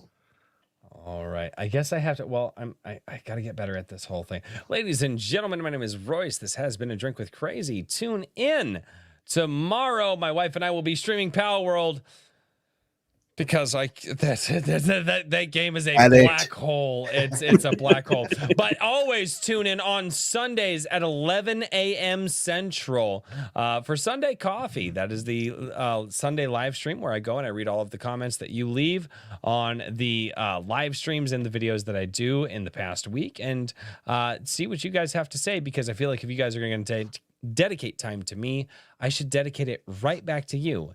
And I don't just tell you that I read your comments, I read them live on the air. And ladies and gentlemen, thank you so much for being here on Iron Age Nights. I am so tired. Yes, very tired. Maxie Big the Tired. Good night, Ocean's Child. Have a good one, man. Have a good one, Guilty Gearhead. It's awesome to see you guys here. Looking forward to a full 8 hours of sleep tonight. Awesome. Right, 8 hours. Oh my God, I can't. I get 6. That's Thank you. insane. Thanks. Thank you, Midnight Star Art, guys. Oh God, dude, yeah, 8 hours of sleep. God, I function off of 6. Like, if I normally so do I, but I've been on 4 hours for 3 days now, so I need a full 8 hours to get caught up again. Hedge, I know my mic is still on. You just, God, that guy is it really Hedge? Oh my gosh. Yeah, I know, he's so slow at learning. He has no idea. Go to bed, Hedge. You gotta get up for the early bird so he special. might be confused. He could think this is the beginning of the show. Good night, Maji-chan. Good night, Maji-chan. Oh, good Lord. Dude, you got a killer project, and your artwork is sick, man. Seriously. Dude, thank you so much, man. I really appreciate it. Yeah, I am looking forward to my physical copies, let me tell you. Well, That's so thank you so much, guys. I can't say thank you. Like I said, you never know. And I hope you enjoy reading it, because the artwork's one thing, but I hope you dig it, man. But thank you, guys. Yeah, of course, man. Absolutely. You got to come back for one of our panel streams, too. Oh, I'd love to. Yeah, 100%. Awesome. Well, Yeah, ladies and open gentlemen, invite thank you streams are all. fun. Thank The you all so much chaos. for being here. And until next time, cheers, everybody. Good night, everybody. Good night, guys.